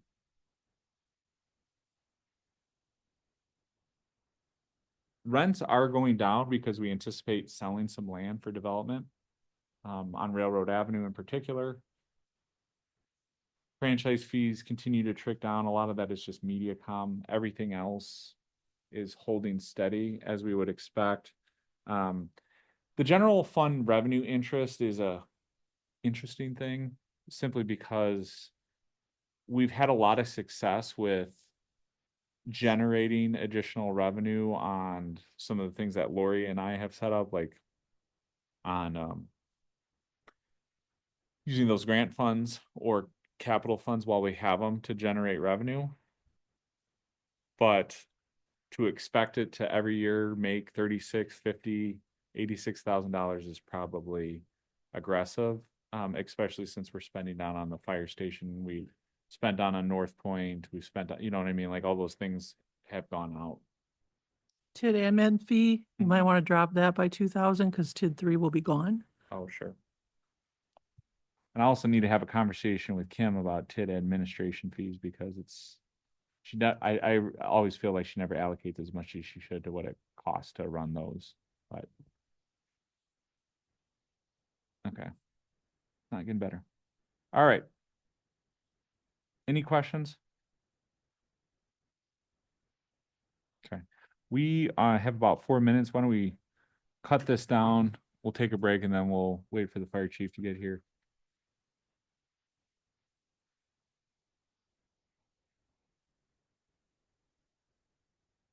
Yep. All right, we're gonna have the fire department. Chad, you're up. If I can beforehand, just to point out, and Howard's here in the other townships, this is a unique one. So just so I always like to point this out, because when we talk, this is the first time he's going to have seen it. It's the first time we have seen it. And once it gets through here, then we'll formally reach out to the township. So I just want you to know you're going to see some things in there and you might be like, where did that come from? And Barrett and Phil. Yeah. And Barrett and Phil, if they happen to watch this, I just wanted to say that on record here, just so everybody understood where we're at. So.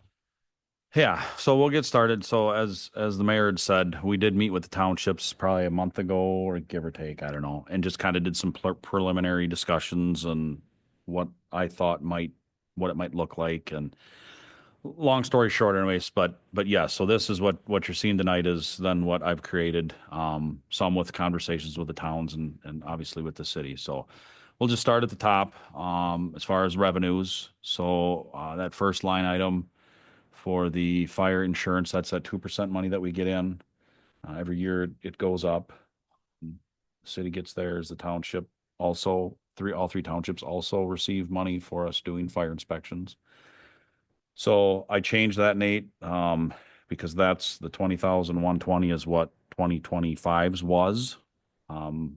We only can go off of what we got in the current year, I'm guessing for the next year. So I would suspect it'll even be more than 20,000, but I mean, yeah. So, Great job. yep. Yeah. It's surprising, right? That it's, actually goes up for once, right? So anyway, so then Nate was talking about that fire agreement rent. That's the second line item. So if you remember before, the townships, previously had paid rent, and due to them participating in the financing of the new fire station, the agreement was to no more rent, but they would help pay for a portion of utilities. And so, the discussion so far has been approximately 40% of the utilities is what was going to be looked at. So, we'll continue to talk through that, obviously, but so we're not sure what the utilities will be, and I'll talk about that when we get to farther down or whatever. But we've made some guesstimates. We've looked at other departments, other buildings, and took a shot in the dark or whatever. And we'll go through it from there. So anyway, so that reflects that. Building permits, I left alone. That's always a moving target, if you remember. It depends on how busy we are. That number is, I guess I didn't look what it is this year so far, but What is that? the permit fees coming in, but Yeah, that's another one where we really have to chop down on.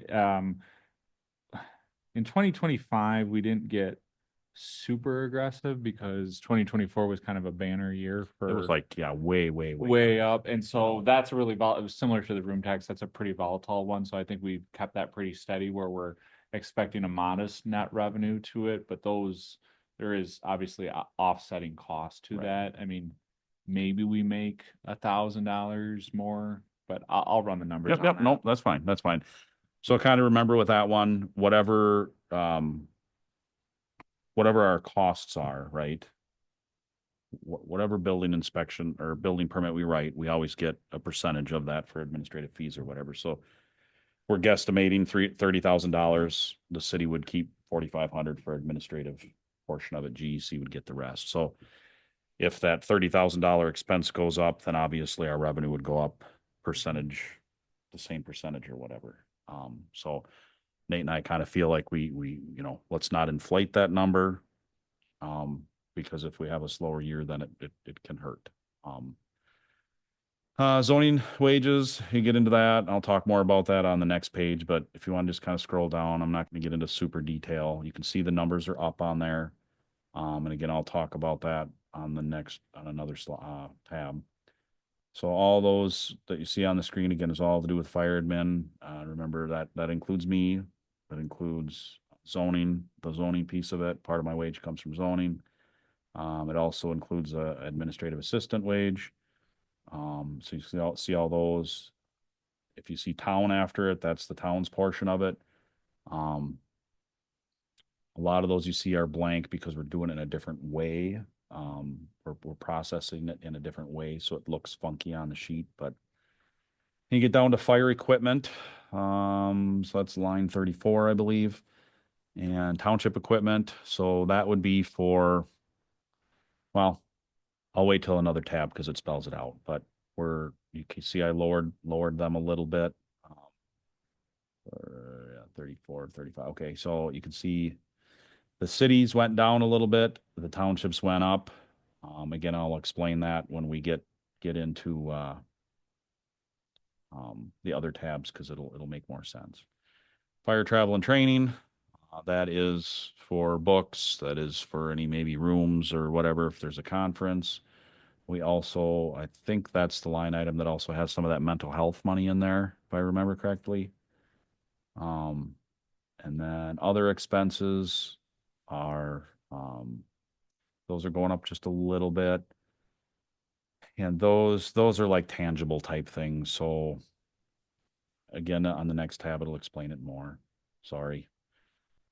It's more detail on the next tab. That's why I'm holding off on explaining it. So go ahead, Steve.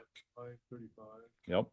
Is that reflected correctly with the 7,000 that had the delta change in it? Yes. Yep.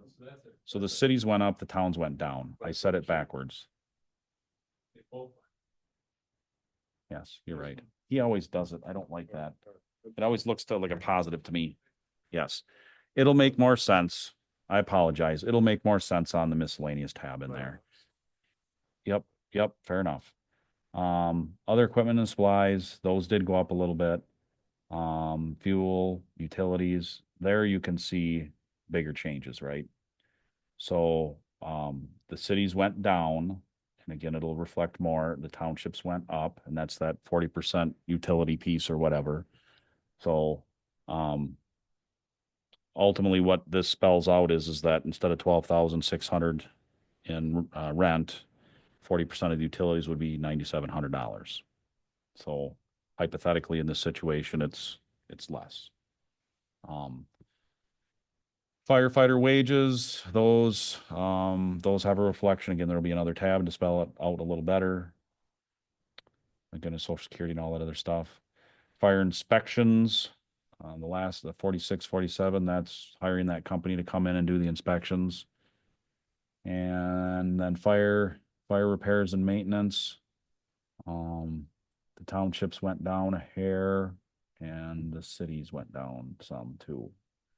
So that's kind of the gist. That's the broad picture, right? We'll get into the other tabs and get into detail, but any questions so far? So ultimately, overall total expenses are about just under $32,000 increase. Total overall. Hey, did I miss anything or does that make sense? No, in your budget, there's a lot of changes. Yep. Oh, yeah, those went down. and Those went down, those That's went part from of- having anything to nothing there, and I think the next tab will sort of explain what the proposed plan is. So let's start with the third tab. Let's talk about firefighter wages and some of the miscellaneous. We'll follow up with the bigger change, I guess, at the end, if that's fair. And I don't know if, I mean, this is a really complicated spreadsheet. Yep. I don't know if you want to go through the whole. I'm not going to thing. go through it in full Okay. detail. I'm just Okay. going to kind of talk about. So this splits up. You can see the blue area there for the 2026. Those numbers are averages as I know it for the last 6 months of last year and the first 6 months of this year. So those are actual true averages of what fire drills and meetings cost versus service calls, which would be fire calls, and then mutual aid. That's when we go help our partners. And then fire officer wages, they get that stipend to be an officer and coverage on weekends and things like that. So that kind of breaks it down to give you a feel for each month. The city's spending about $3,400, $3,500 a month on firefighter wages. And then, the towns are listed there also. So towns are very close. And that fluctuates on a regular basis, but again, so that's how Nate had helped me create this to kind of have it flow. That's always a moving target big time because literally one fire call can skew our budget. We get multiple big fires, structure fires or whatever. It really skews that number. So it's a guess every year, and knock on wood, we've done pretty good. So this year it's tracking a hair high, but hopefully, I'll leave it at that, because every time I talk, I get in trouble. Yes. It usually bites us. So the biggest thing to see after that is, you've been talking about wage increases, things like that or whatever. So some of that drills, service calls, mutual aid, officers, those are all different pay rates. So it's really, really hard to how do you move that around, right? So if service calls are way up or whatever, that 3% isn't going to cover it. If more people come to drills, it'll cover it just fine because it's a lower wage. So again, it's a moving target. Figured at least compensate for if the council decides to do a 2% increase for the firefighter's wage, okay. And then I bumped it to 3 for an increase in call volume or things like that. It's a little light, but trying to be as tight as possible and whatever. So that's that percentage, and it does Nate's thing and calculates it all out or whatever. So ultimately it's a $7,600 increase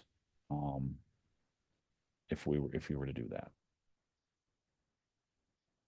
Questions on that? So remember the towns, I talked to the towns the other day or the last time when we met. I'm going to try and do a better job because again, the city's got their budget, the towns have got their budget. I track where that total is, but I don't necessarily track per township.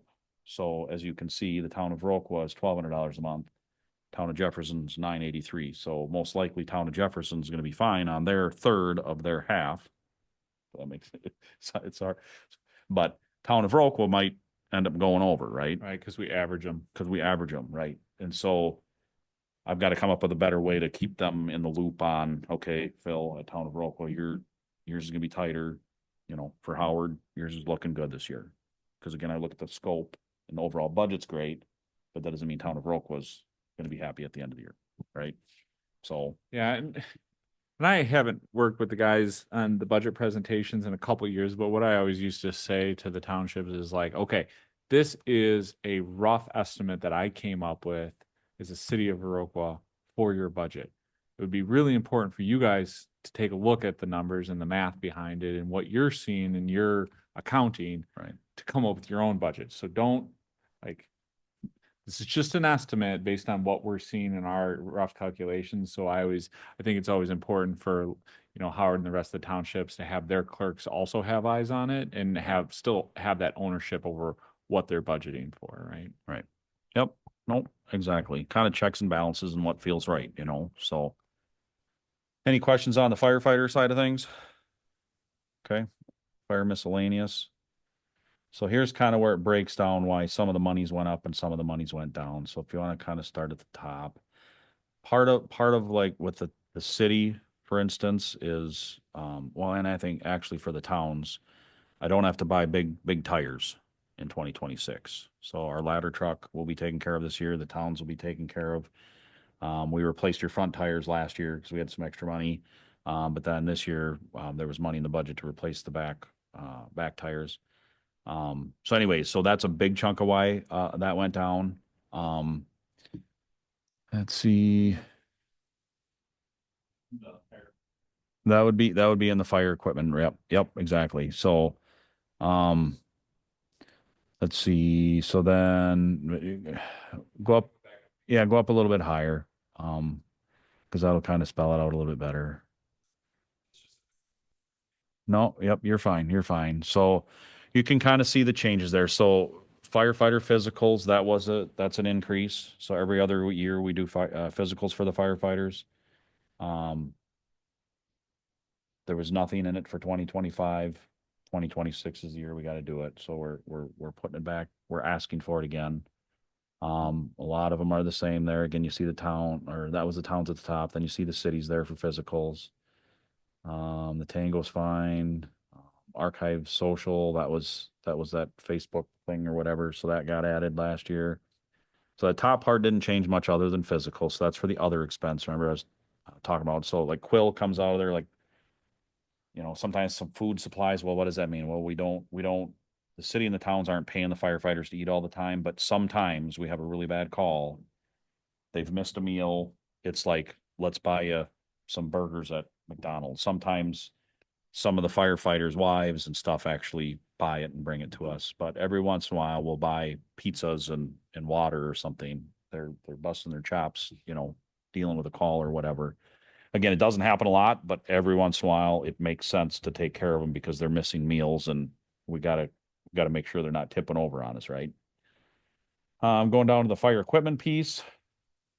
The next section. Do what? Well, kind of. We buy 5 sets of gear a year. So the city pays 2.5, you pay 2.5. We take the 2 halves and make one firefighter. It's the short ones. Believe it or not, sometimes the shorter gear costs more. You Can I gotta ask a question on customize the stuff. IT support? So that you have the 28, Yes, 63, thank you. 44. That's And actually low. But Well, left alone. 'Cause I sure. don't know what it is. Well, but my question was going to be, and I was going to ask this earlier in the administrative budget too, like a lot of our IT stuff this year, specifically in 25, is going to be higher because we're actually buying PCs. Next year, we should be buying less hardware and just paying that maintenance fee to them. So I guess that was my point. And I don't know, I don't think we've bought many PCs at the fire station. This has We just did been, buy a couple. This is just maintenance. okay. Yep, this didn't include any equipment purchases. Okay. Yep. And just with that, I know when Mike looked at all the random equipment you have, there was a lot of it, he's like, I'm not gonna put a license on that and I'm not gonna touch that. And so there is a lot of discontinuing of certain devices that the Yep. fire department has. And so that's why I still feel pretty good with him, and Mike didn't really say anything about the cost, like. There might be some increases because of the new station, but what Nate just said, there's a couple pieces that got pulled off, like the training room one is gone. But, and my computer got replaced with a laptop. The I am responding one got replaced this year. We've got that other one. So anyways, what Nate just said, I feel fairly comfortable that number should be sure. Yeah. okay, but Yeah, no and- equipment's included in it. Yeah. I was just curious about Yep. that. So, Yep. So yeah, fire equipment. So 2.5 sets of bunker gear. We're trying to buy 5 sets a year. 5 times 10 is 50 sets of gear. Every 10 years they expire. So this, if we can continue to do this, we will hopefully get to a point where maybe we can skip a year or we get a little ahead or, whatever. So, but again, that's what we're trying to do. One year I only bought 4 sets of gear because I didn't have enough money. Another year, the townships asked me to buy an extra set with 2% money. So I mean, we're always trying to float around and do the best we can. So anyways, that number is staying the same. Hoping to buy 5 sets of gear. The next line item there is one half of 5 portables. So we've been trying to buy 5 portables a year.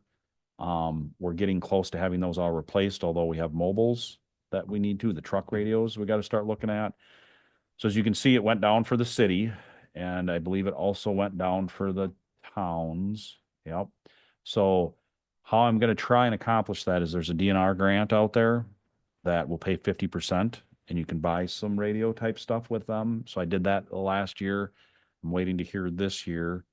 So I'm banking on we get that grant. And so again, that's why I've deducted those numbers off of there. The third line on there, and these should all mimic the townships, unless I miss something, but what we're doing with the city, I'm also doing with the towns. Pagers, the last 2 years, I was able to buy, I think 6 pagers and 6 pagers. You can also buy some pagers through the DNR grant. So again, hoping that that all comes through or whatever. So I took that line item off in hopes that things continue to go well, and we're sitting better on pagers right now. So I removed that off there to try and save a little bit of money. Try and do our part. Medical equipment, I did ask for, last year I pulled $500 out to help meet budget for the whole city. So I did put it back in, hoping to get it back to the 4,000. Same thing on fire equipment and supplies. So that medical equipment it could be anything that we use that's tangible, like Band-Aids and, bandages and whatever. We generally try and go shopping in Tri-States ambulance. So whatever we use, we'll go shopping and try and get it back. They can bill for it, we can't. So it's an agreement, right? That doesn't always happen because they get going or whatever. The emergency is more important, so they'll take off and maybe we don't get a whatever, right? So it's for that. It's also for, maybe it's a new piece of equipment, or not a piece of equipment, new piece of supply or whatever. For instance, suction. We had a situation the other day, learned about a new suction thing or whatever. Works awesome. Probably getting in the weeds a little bit more than you care. But anyways, that's what that's for. Fire equipment and supplies, that'll purchase, maybe some helmets, maybe some hoods, maybe some gloves, maybe some boots, different things like that. So might have a chainsaw go bad or whatever. So again, that's what we use that for. The towns are very similar, as you can see. Some of them stayed the same. Some of them went up. They kept their numbers for medical supplies and fire supplies the same. We got cut with the city. I'm asking the city to bring it back, so they're matching the townships. Questions? Okay, so then you get into the fire inspections. I'm pulling that out.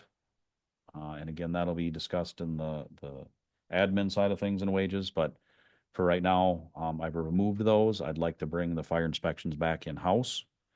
How they've been handled so far with the company that we're contracting with, I am far from impressed, and we need to do something different. So if we can't bring it back in-house, I don't know what our other options are. There's not a lot of options out there.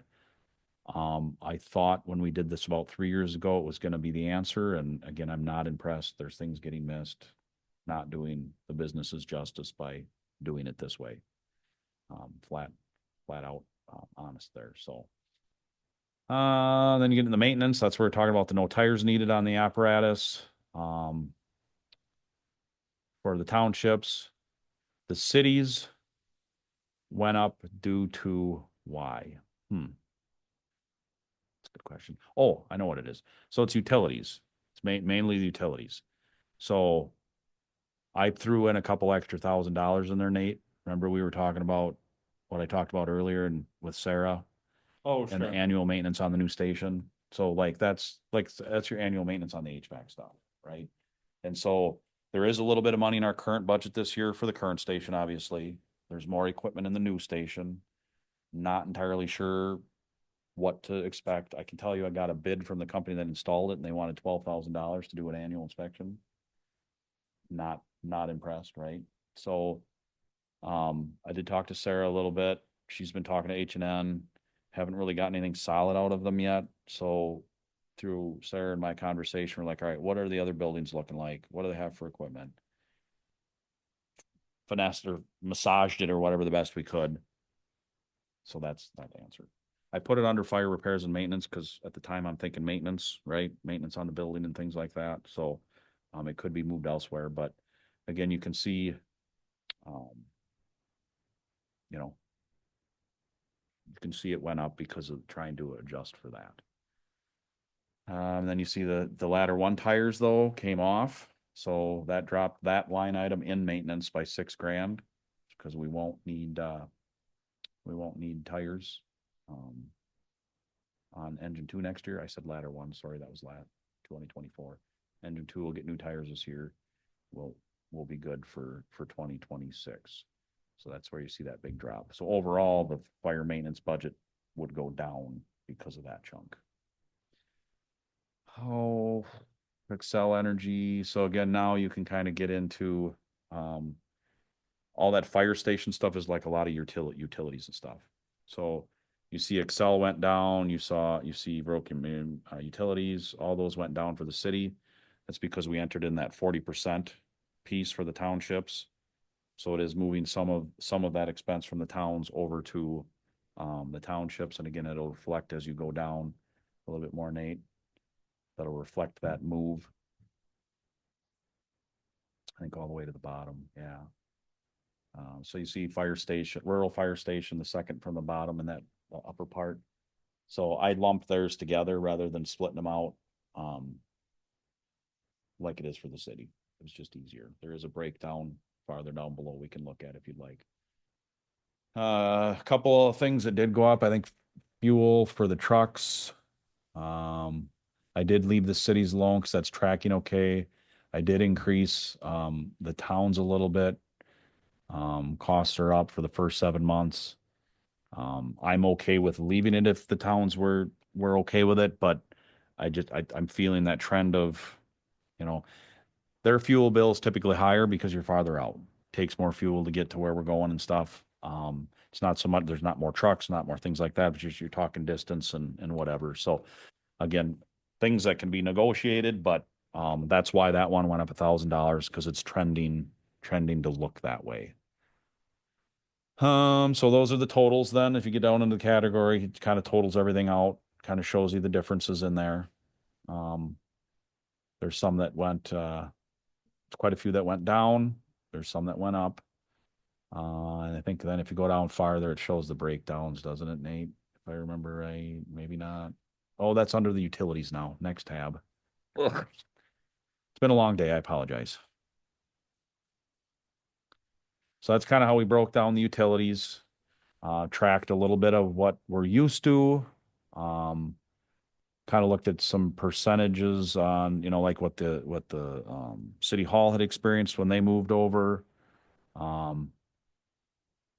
Took a look at some of our higher amount months to kind of reflect on it or whatever. And so you can see there where, 60% to the city, the balance then total went to the town. So again, if you have any questions, there's a lot of numbers, a lot of unknowns with the new station, just things happening.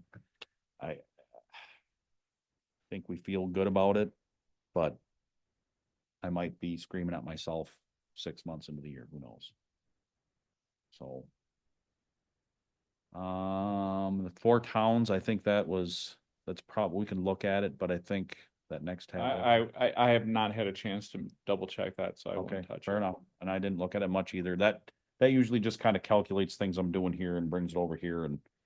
It's what we Nate. do to translate the numbers over, Right. so that we have a township only view. The trick is with that is for the same reasons we saw earlier in the night, is that we've changed how we've done some numbers, especially with the rent It's and the gonna throw that utilities off and 'cause we stuff. have it. And so like in no way, shape or form would I look at that because it's more than likely not accurate at all. Right. Me adding that township piece for utilities wouldn't reflect on that tab because he hasn't created the new calculations and stuff because it's all so new. Yep. Good point, Nate. So the last piece we'll talk about is the fire admin. That's the bigger chunk that's changing. Steve and Crystal, you guys are on public safety. So I touched a little bit about this on a meeting or two ago, probably 2 meetings ago now. I touched a little bit with the towns, not a lot, but I just had mentioned that you guys were considering looking at some relief slash the fire inspections. This is gonna be a piece of this. How do we bring that back into the city? Some coverage, some respite like Nate would call for me. Just different things like that. And there's a lot, again, we talked a lot about that, but the operations of the fire department, is ever changing. We've seen a lot of change in the last few years, call volume increases. For the city especially, there's been a lot of building going on, trying to stay on top of, new builds and whatever, there's just a lot happening. And the concern is that we're falling behind. We're having issues with those fire inspections. We're trying to, expand on our fire training. The ask out of the fire officers is becoming kind of to the point where it's almost unacceptable. They're doing the absolute best. Some of them are doing the absolute best that they can. There's a few others that just can't do anymore. So anyways, we've went through some different calculations. We've tried to figure out what would be a possible option, what it could look like, and the best that we could come up with. Probably about a year ago, we started meeting as a team.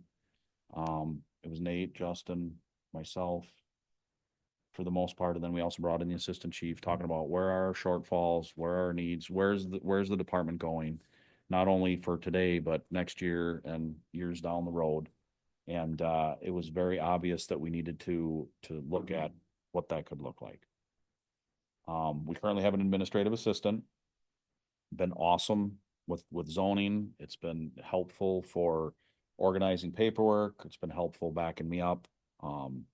As far as the phones, tracking documentation, we're able to track things better as far as where we're at on spending and payroll, and trying to get better at getting information to the towns. It all takes time, right? And so that has helped greatly. What it hasn't helped with is the day-to-day actual responding to emergencies, the fire inspections, the things that are not in that job description. And it is what it is. So this scenario ultimately shows that changing the job description of that second full-time person, the administrative assistant, to a fire officer position. And that would bring some administrative assistance, like admin duties or whatever. But it would also concentrate heavily on those other things that I just talked about. And in hopes of, if I want to take a day off, I can take a day off. Again, there's a lot of other things involved in that, and I can expound if you'd like. But so what it is looking at is changing that position from an admin assistant to a fire officer position. With that, I will say that there will be, by doing this, there will be some issues.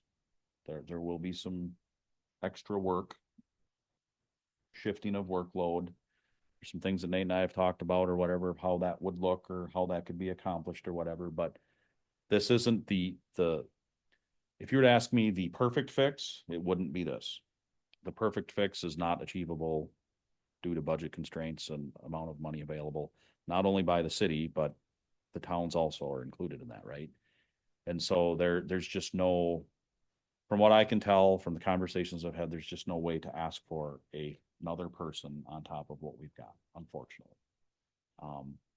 Could it be utilized? Is it needed? Probably, but it is what it is, unfortunately. So these numbers reflect, you see in the middle there, the blue, that's a huge increase, right? Well, that position would cost a lot more money than an administrative assistant to bring in someone that would be qualified, have the ability, come with the background and the training. Those numbers, that number reflects on looking at similarities of other departments that have, a full-time fire officer or whatever, be it a fire captain, be it a fire lieutenant. I mean, it's more of a fire captain level, let's just say. Assistant chief would be way higher than that. And that's not what we're looking for. We're looking for someone that just can provide the shortcomings, I guess. And so on and so forth. So that's that number. That's why it looked 60% sounds crazy, but that's the difference to get it up to a wage level that would reflect finding someone that could fill those shoes, I guess. Mine was a number that was mentioned to me as far as a starting point. You know me very well that I don't ask. It's more I'm told. So that number is in there. As a wage increase. I know the city's looking at everybody across the board. And that was kind of a number that was inserted in there, and you do what you will with it. I think that does that sound, Justin and Nate? I know you've been part of helping me a little bit with the budget and stuff. Did I miss anything that I can think of? And then obviously ask questions. Yeah, I think the key thing in that, especially with the change in the position from administrative assistant to a fire officer, was one that came about after many months, many meetings of sitting down and really breaking apart, like, what does the fire department need to continue to be sustainable? Right. The biggest concern, and we're seeing this across the state and the country, is that volunteer fire departments are folding up. And we tried, and what we want to do is add enough support that we can continue to keep the model we have as long as we have it. And we've pushed to squeeze more out of our existing volunteers, and there's just not enough juice left to really address the issue, which is fire officer support. There's just not enough there. And so after 6-7 months of looking at that, we identified that really what we need here is another full-time position that can take on some of the responsibilities that Chad has been covering through what I affectionately refer to as ongoing heroic efforts, right? Where you're coming, you do your day job, and in the middle of the night, you're being called out multiple nights a week. There is no respite. And we need to find a way to basically share those responsibilities with another full-time individual. And so I firmly believe that. I think we've done all of our homework on it. And while the increase above the position is that, I think there was recognition by the fire chief that the budget will not allow for another full-time person plus retaining the administrative assistant. So I think the chief made some hard decisions on really delivering what he felt and what I felt and what we all who sat in those meetings month after month, week after week, felt were, properly prioritizing the scarce resources that the city and the fire department have towards what the fire department, city, and the townships really need, which is just more trained firefighters and leadership available to serve the community. So that's my little stump speech for it. But I don't know if you have any other opinions. Can you go to the bottom line? Because I think that's really an interesting part of the whole conversation is I think this budget, he's cut. Probably that first tab, In- Nate, is in what a you're nut- looking yeah. at. I don't know. Well, it would be over here, right? Okay, So, fair enough.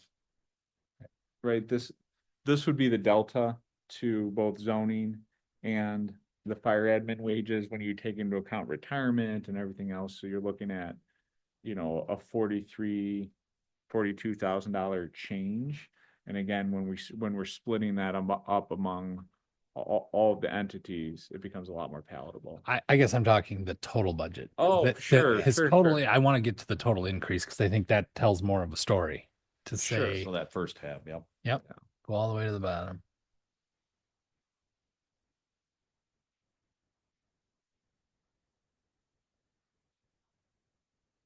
Right here. Is that the number, Chad? Yeah, that I think, that right, Nate, that would be the total. That's the total increase in expenses. The net change is right here. Right? So the net change less expenses to the city at least is just a hair under $18,000. Right. So I just bring that up to point out, for the staffing piece, because that's the biggest driver of, I think, a lot of the change. And what I find interesting in his budget is that the budget increase overall is less than what the staffing increase is overall. Right. So that just, I bring that up to say, like, he went through and did I think a fairly I don't want to say fairly, I want to say tremendously good job of what we'd asked the department heads to do again. And we've talked about this with numbers of the department heads. They heard what we said in the department head meeting of you can ask for more, but contribute to, you know, where can you cut if you want more, where will you're willing to take less? And I think Chad did that.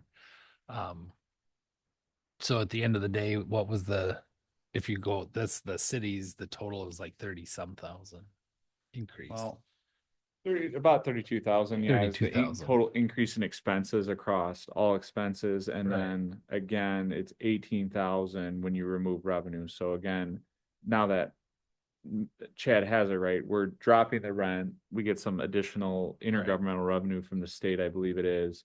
And then the township share is going up in part because of that increase to wages, but also due to the utilities, right? Right. So Right. there's a trade-off there between this decrease and this increase. So when you look at the townships overall, I mean, the contribution ask is slightly over 10,000, we'll call it 11,000 even, and split between the three of them, you're talking about $3,500 is probably where the ask is gonna land for the townships when we look at it.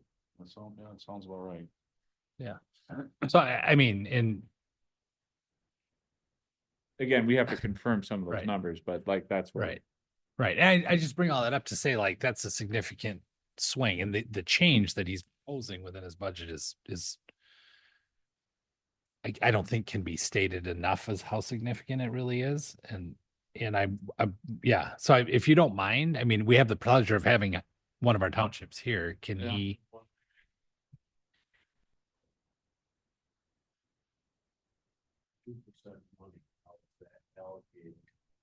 So, yeah, so the 2% up there is the city side, your 2% that's not in here. So some of the things that don't reflect on here and that we'll have conversations. So it kind of goes back what Nate said. This is our budget, this is our thinking and stuff. But then on the township side, you guys, you know, do your own calculations, kind of think through. So I think what you can correct me if I'm wrong, but I think what Howard's talking about is we get 2% for the townships too. I don't remember the total. Yeah, yep.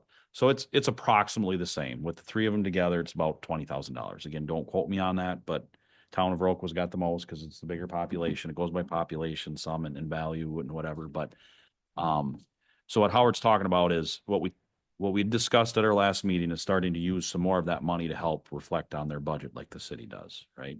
And so this year, I bought some helmets and some boots and a set of gear with that 2% money. What we've done in the past is we've spent it on, like fire education. There's only certain things you can spend it on. Fire education, fire suppression, fire inspections. Like there's like 4 line items, 4 things that you could spend it on. And so we've done that. So quite a few years, we spent that money on the rescue truck that we purchased. There's been, like what I said for this year and even last year, we spent some of it on bunker gear and some of those things. So I intend on doing more of that. Just want to have more conversations with you at your meeting, right? Like, what does that look like? What would you like to see? Yep, exactly. Yep.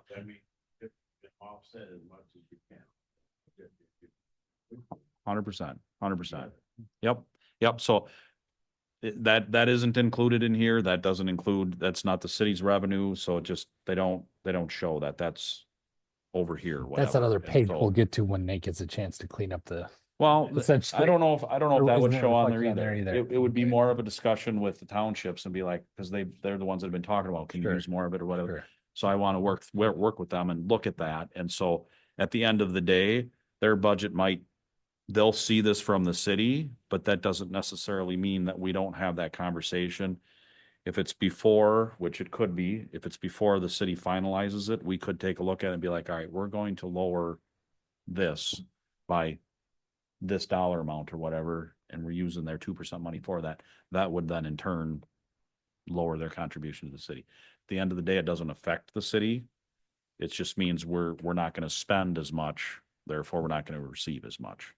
The number Right. that moves, Right. you know, and so. But I think that's one of the challenges the townships that have, because it is a complicated Correct. thing to kind of work through. So, Yep. um, So does that make sense, Howard? Okay, yep, but good question, because I don't think that way sometimes when I'm doing this, and so it's helpful when you guys interact or whatever, because I don't know what you're thinking, so it's good to get those questions, so. Yeah. Yep. This is the part in the meeting is there anything we want to talk about? Nate, do you have anything? I mean, you I look, mean, I've assisted Chad with his budget, given the nature of his changes and complexity of revenue and cost sharing with the townships. I've probably helped with this one the most. And like you said, there's a lot in this budget that has been decreased in order to make room for the changes he would like to see. And so I think at this point, it's not so much more about like, hey, different ideas on what you could do. It's more about getting the budget tight around the ideas that are in front of us. And that's a lot of the notes that I made, is that I gotta update my end of the budget. I don't have Chad's increase there, the fire insurance refunds. And then we'll get something put together so that you can make a nice presentation to the townships over what the ask will be. Yeah, it's been a rough year, to be honest, working through budget. And it always is, right? But like Nate said, it's a big change, and it hasn't been fun. All I can tell you is that, my job is to make sure that we perform.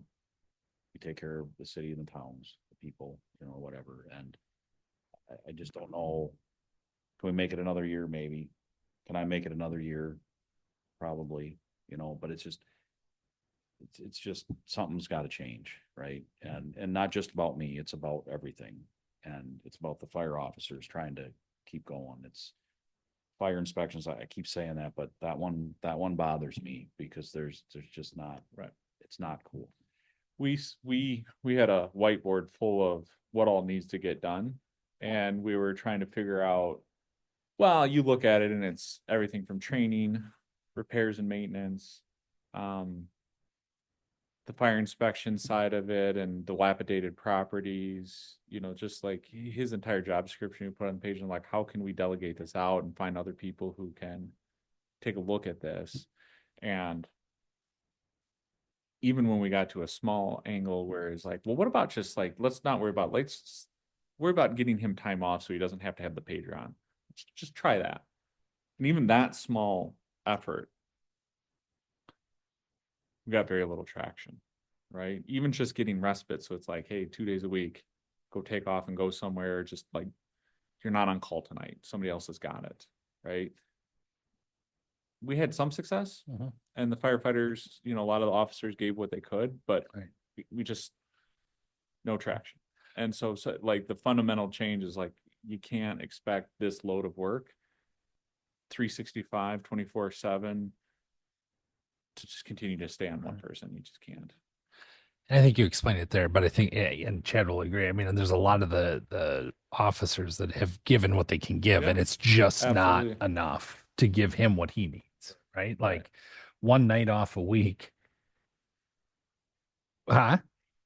No, and so for him and his family to go to La Crosse and get dinner or spend time with his daughter on her birthday and those kinds of things, if it's not the night somebody can cover, then he can't. And that's not, he does it, and takes it better than anybody I probably know that would take it. But at the end of the day, we need to solve some of these. And we have great fire officers, but some of them, they work out of town. They're working too. They work nights. We have a Some of fire them are on officer, call themselves. right, who's a lineman. He's on Well, call. We have a fire multiple officer people are who's a on water call. department employee. He's on call. So when the stuff's hitting the fan here in the city for the fire service, the water service typically gets involved. And now you know what I mean? It's a tough one. So, right. And I'm just going to throw this out. Not that I need to paint this picture, but this paints a picture. In 8 years of being full time, unused vacation, what we'd consider comp time, and then built up sick leave, which sick leave I keep, right? So, but if you take the hours that have not been used or whatever, it's 3,774 hours in 8 years. It's a year and a half. Yeah. Now, sick time, I wouldn't count that, And that's why I brought it up, right? Right. So, but, but, so what's the number with just comp and unused vacation? well, subtract 700, so it's about 3,000 hours then. There's just a little over 3,000. That's a year and a half. Unused vacation so far, 124, let's see now, 124 days I've given back to the city since I started. And that's the reality of it, right? Like we all try so hard to get behind him so he can take a vacation. But he took a vacation in July, which was one of the first ones in God knows how long. Since before COVID, I went Yeah. to Florida for a couple, like 4 days. And at the end of the day, we ended up telling him like you have to leave, even though there was one day that wasn't covered. And he's like, "Why I can't go?" And we're like, "No, go, and we'll get it." But it came right down to the wire. It was like Wednesday before we finally got somebody that's like, "Fine, I'll take a day off or whatever from my regular job, and I'll stay back and I'll cover."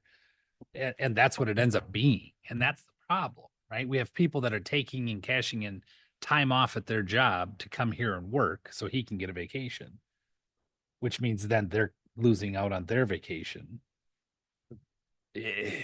You know, so that's the thing of it. And when you come down to the total ask for that position, it's not the cost of the position. It's a fraction of the cost of the position because of the cuts and the realignment and the things you've been willing to do. And it impacts you guys, but it's not huge. And you guys are all very pro employee, which is very much appreciated.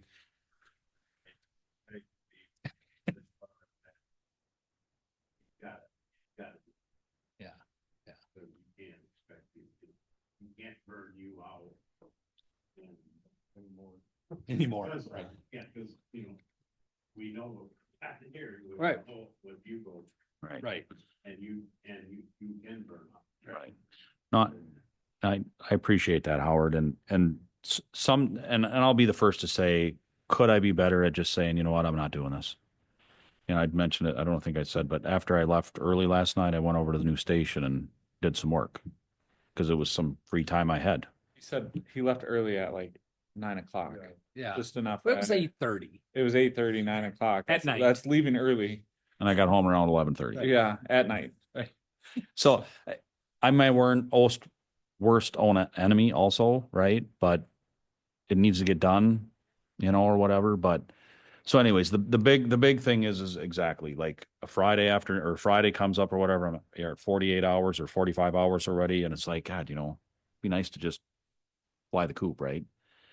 So my option right now is to call Justin or call Brandon or, call them and be like, hey, and sometimes they are, and a lot of times they're not because they have lives, they have jobs, and it's in the moment, right? Like if I asked him 2 weeks ago, he might say, yeah, I'll schedule my time and make sure, well, I don't know. I don't know if I'm going to want to go do something Friday 2 weeks from now. Who does, right? On average. And so there's a lot of times I just don't even bother and I'll go to work and get some more stuff done and, and that's fine. But week after week after week, it's just like having that ability, to know that you've got another person scheduled to be like, hey, you got it. I'm out, and, same for them. Right.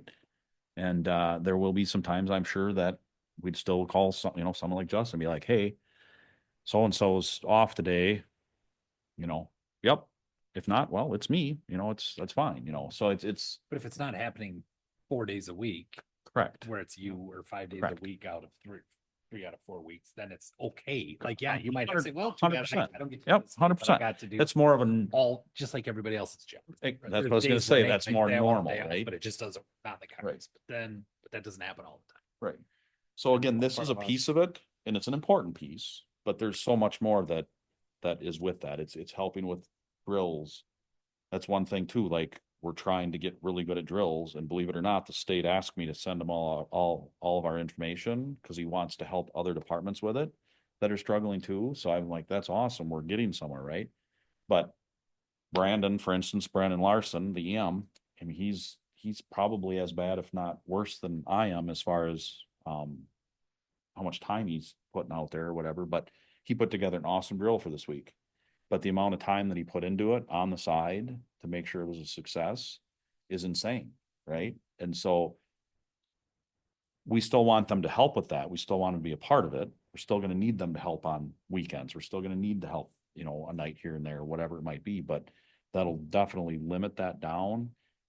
But then this other person can help with those drills, right? They can do the heavy lifting. They're going to have the background of fire and medical. That's what we'd be looking for. And they're going to have that knowledge base to do that. The administrative assistant, that's not what it was designed to do. They can't do that. You know, they can type something up, but not come up with the idea or not build on the ideas or, you know, so They're not trained in. they're not trained. they're Yeah, not a- exactly. they're not That's not what firefighter, we they're look not for a- and, you know, and so the other stuff that we'll lose by doing this, we'll figure it out. I mean, priorities, right? We had to look at our priorities. What is the most pressing, the most important? And that's where we're at. So anyways, food for thought. Tell me if it's crazy. Tell me what I need to do, but that's where I'm at.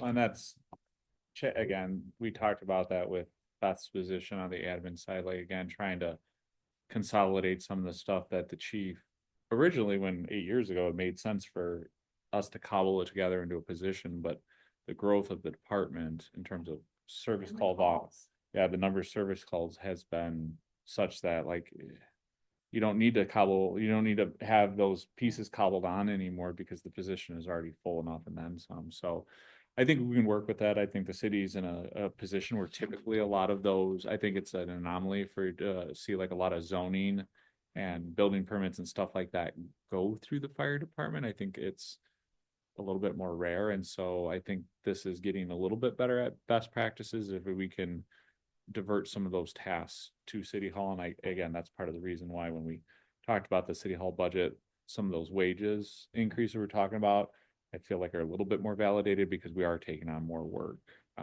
We anticipate taking on more work with this transition. Unfortunately, we haven't had enough time to really put that down on paper exactly what that will look like, but we are preparing ourselves for that shift. And Lori's been good. I briefed Lori with it and she knows the building inspection stuff is ready to go. It's the next steps after that we're just going to have to get ourselves ready for. I just have a question about, this is my lack of knowledge of fire officers. Are you required to have so many, or is there a cap on how many fire officers you have? Or is it a limit to what folks are training or what they can give? Correct. So a good question. So the only requirement is that you have to have a fire chief ultimately, that I know of. So from there, it's just more operationally, right? Like what does it take to get the job done? We currently have obviously a fire chief, we have an assistant chief, we have one captain and 6 lieutenants. So we have a total of 9. City of Viroqua Fire has had 9 fire officers for as long as I've been around, and that's 28 years or whatever. So is that the magic number? Maybe, maybe not. I don't know. It seems to work okay.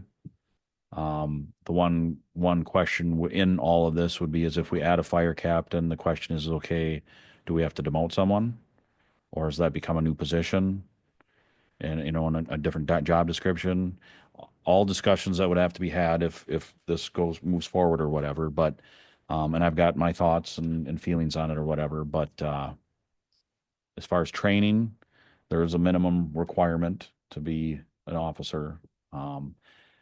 State law, basically, if we go on any kind of active fire scene, let's say, you're required to have a certified or a officer level trained. You have to be a trained fire officer. Right. There's a through the course. state program. Sure. Yes. And you have to, it's a course. Right. Chief's point. And we can't have a fire in our district without one of those. Right. Right. We're Now you violating can, the and law. as long as nothing happens. Right. That is. If nothing happens bad at that call, Right.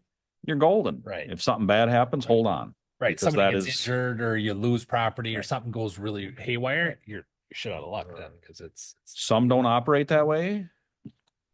Being the fire chief and being responsible for everything or whatever, I am not ever going to be okay with not making sure we can provide that, right? Right. And not only liability wise, but also that's what I think our people and our firefighters deserve. Right, but You I know. guess hearing the numbers 9, it's like, Mhm. obviously, it's like adding another officer isn't gonna solve this problem either. No, Right. no. I mean, Well, adding another part-time officer, certainly, or another volunteer officer isn't That's going what to I'm solve the saying. yes, problem. yep. Volunteer. To Yep, do I that, follow, and I I follow. would, I'll step in for you Yep. on that. We haven't talked about the opinion, but there's no reason to reduce the amount of volunteer officers we have because it costs, I think the stipend for a lieutenant is $1,300 I think it's a year. 1,500, but yeah. 1,500 a Yep, year. Yep. And along with that, we take one out of every 8 weeks. We dedicate Friday from 5 p.m. till Sunday night at 10 p.m. to be on call. And that pay is what essentially So for $1,500 to get 6, 7, or what is it, 4 or 5? it's a lot. It's like 5 or 6. I don't remember, but it's 3 days Right. stretches. you divide that out, it's Recovery. like less than minimum wage. Right. So You know, I would say, no, we're not. Agreed. Exactly. It's just And I know, trying to- what you were asking, Right. but I just, Well, but it's, to answer the it question does. directly is we're not going to cut. No, good. Right. Regardless of what. Well, no, And and I I know don't you think we wouldn't should. I propose don't think that, we should. I'm but- just saying that could be an option, But right? we're not going to. Our ordinance spells out 9 officers, right? So we're gonna have to make an ordinance change if, again, they choose to move forward with this concept. But again, that's easy stuff, right? You know, I don't even think if you added 3 fire officers that it would make a drastic change, because the problem is that they have lives, they have full-time jobs. That's your you got to have them full-time, to have them dedicated, have them captured, and be like, all right, this is what I need. And they're dedicating their life 40 hours a week to what the city and the towns need, right? Our volunteers do that as best they can too, but if they're choosing to go see their son graduate or their daughter, whatever, some of them do, they absolutely do, but life gets in the way, right? So, that's the difference. That's the trouble, right? Right. So years ago, they were pretty I'll say lucky, because they had a lot of fire officers that were retired or owned their own business. Same thing with Steve Scrady. You remember Steve Scrady? Probably he had his own business and he was the fire chief for years. Well, he came and went. His wife hated him the whole time because he was never at his job. He was at the fire station, right? And so we don't have that anymore. We have all younger people. They have kids. They have jobs. They have second jobs. Different things like that. We need them there for the call and to train.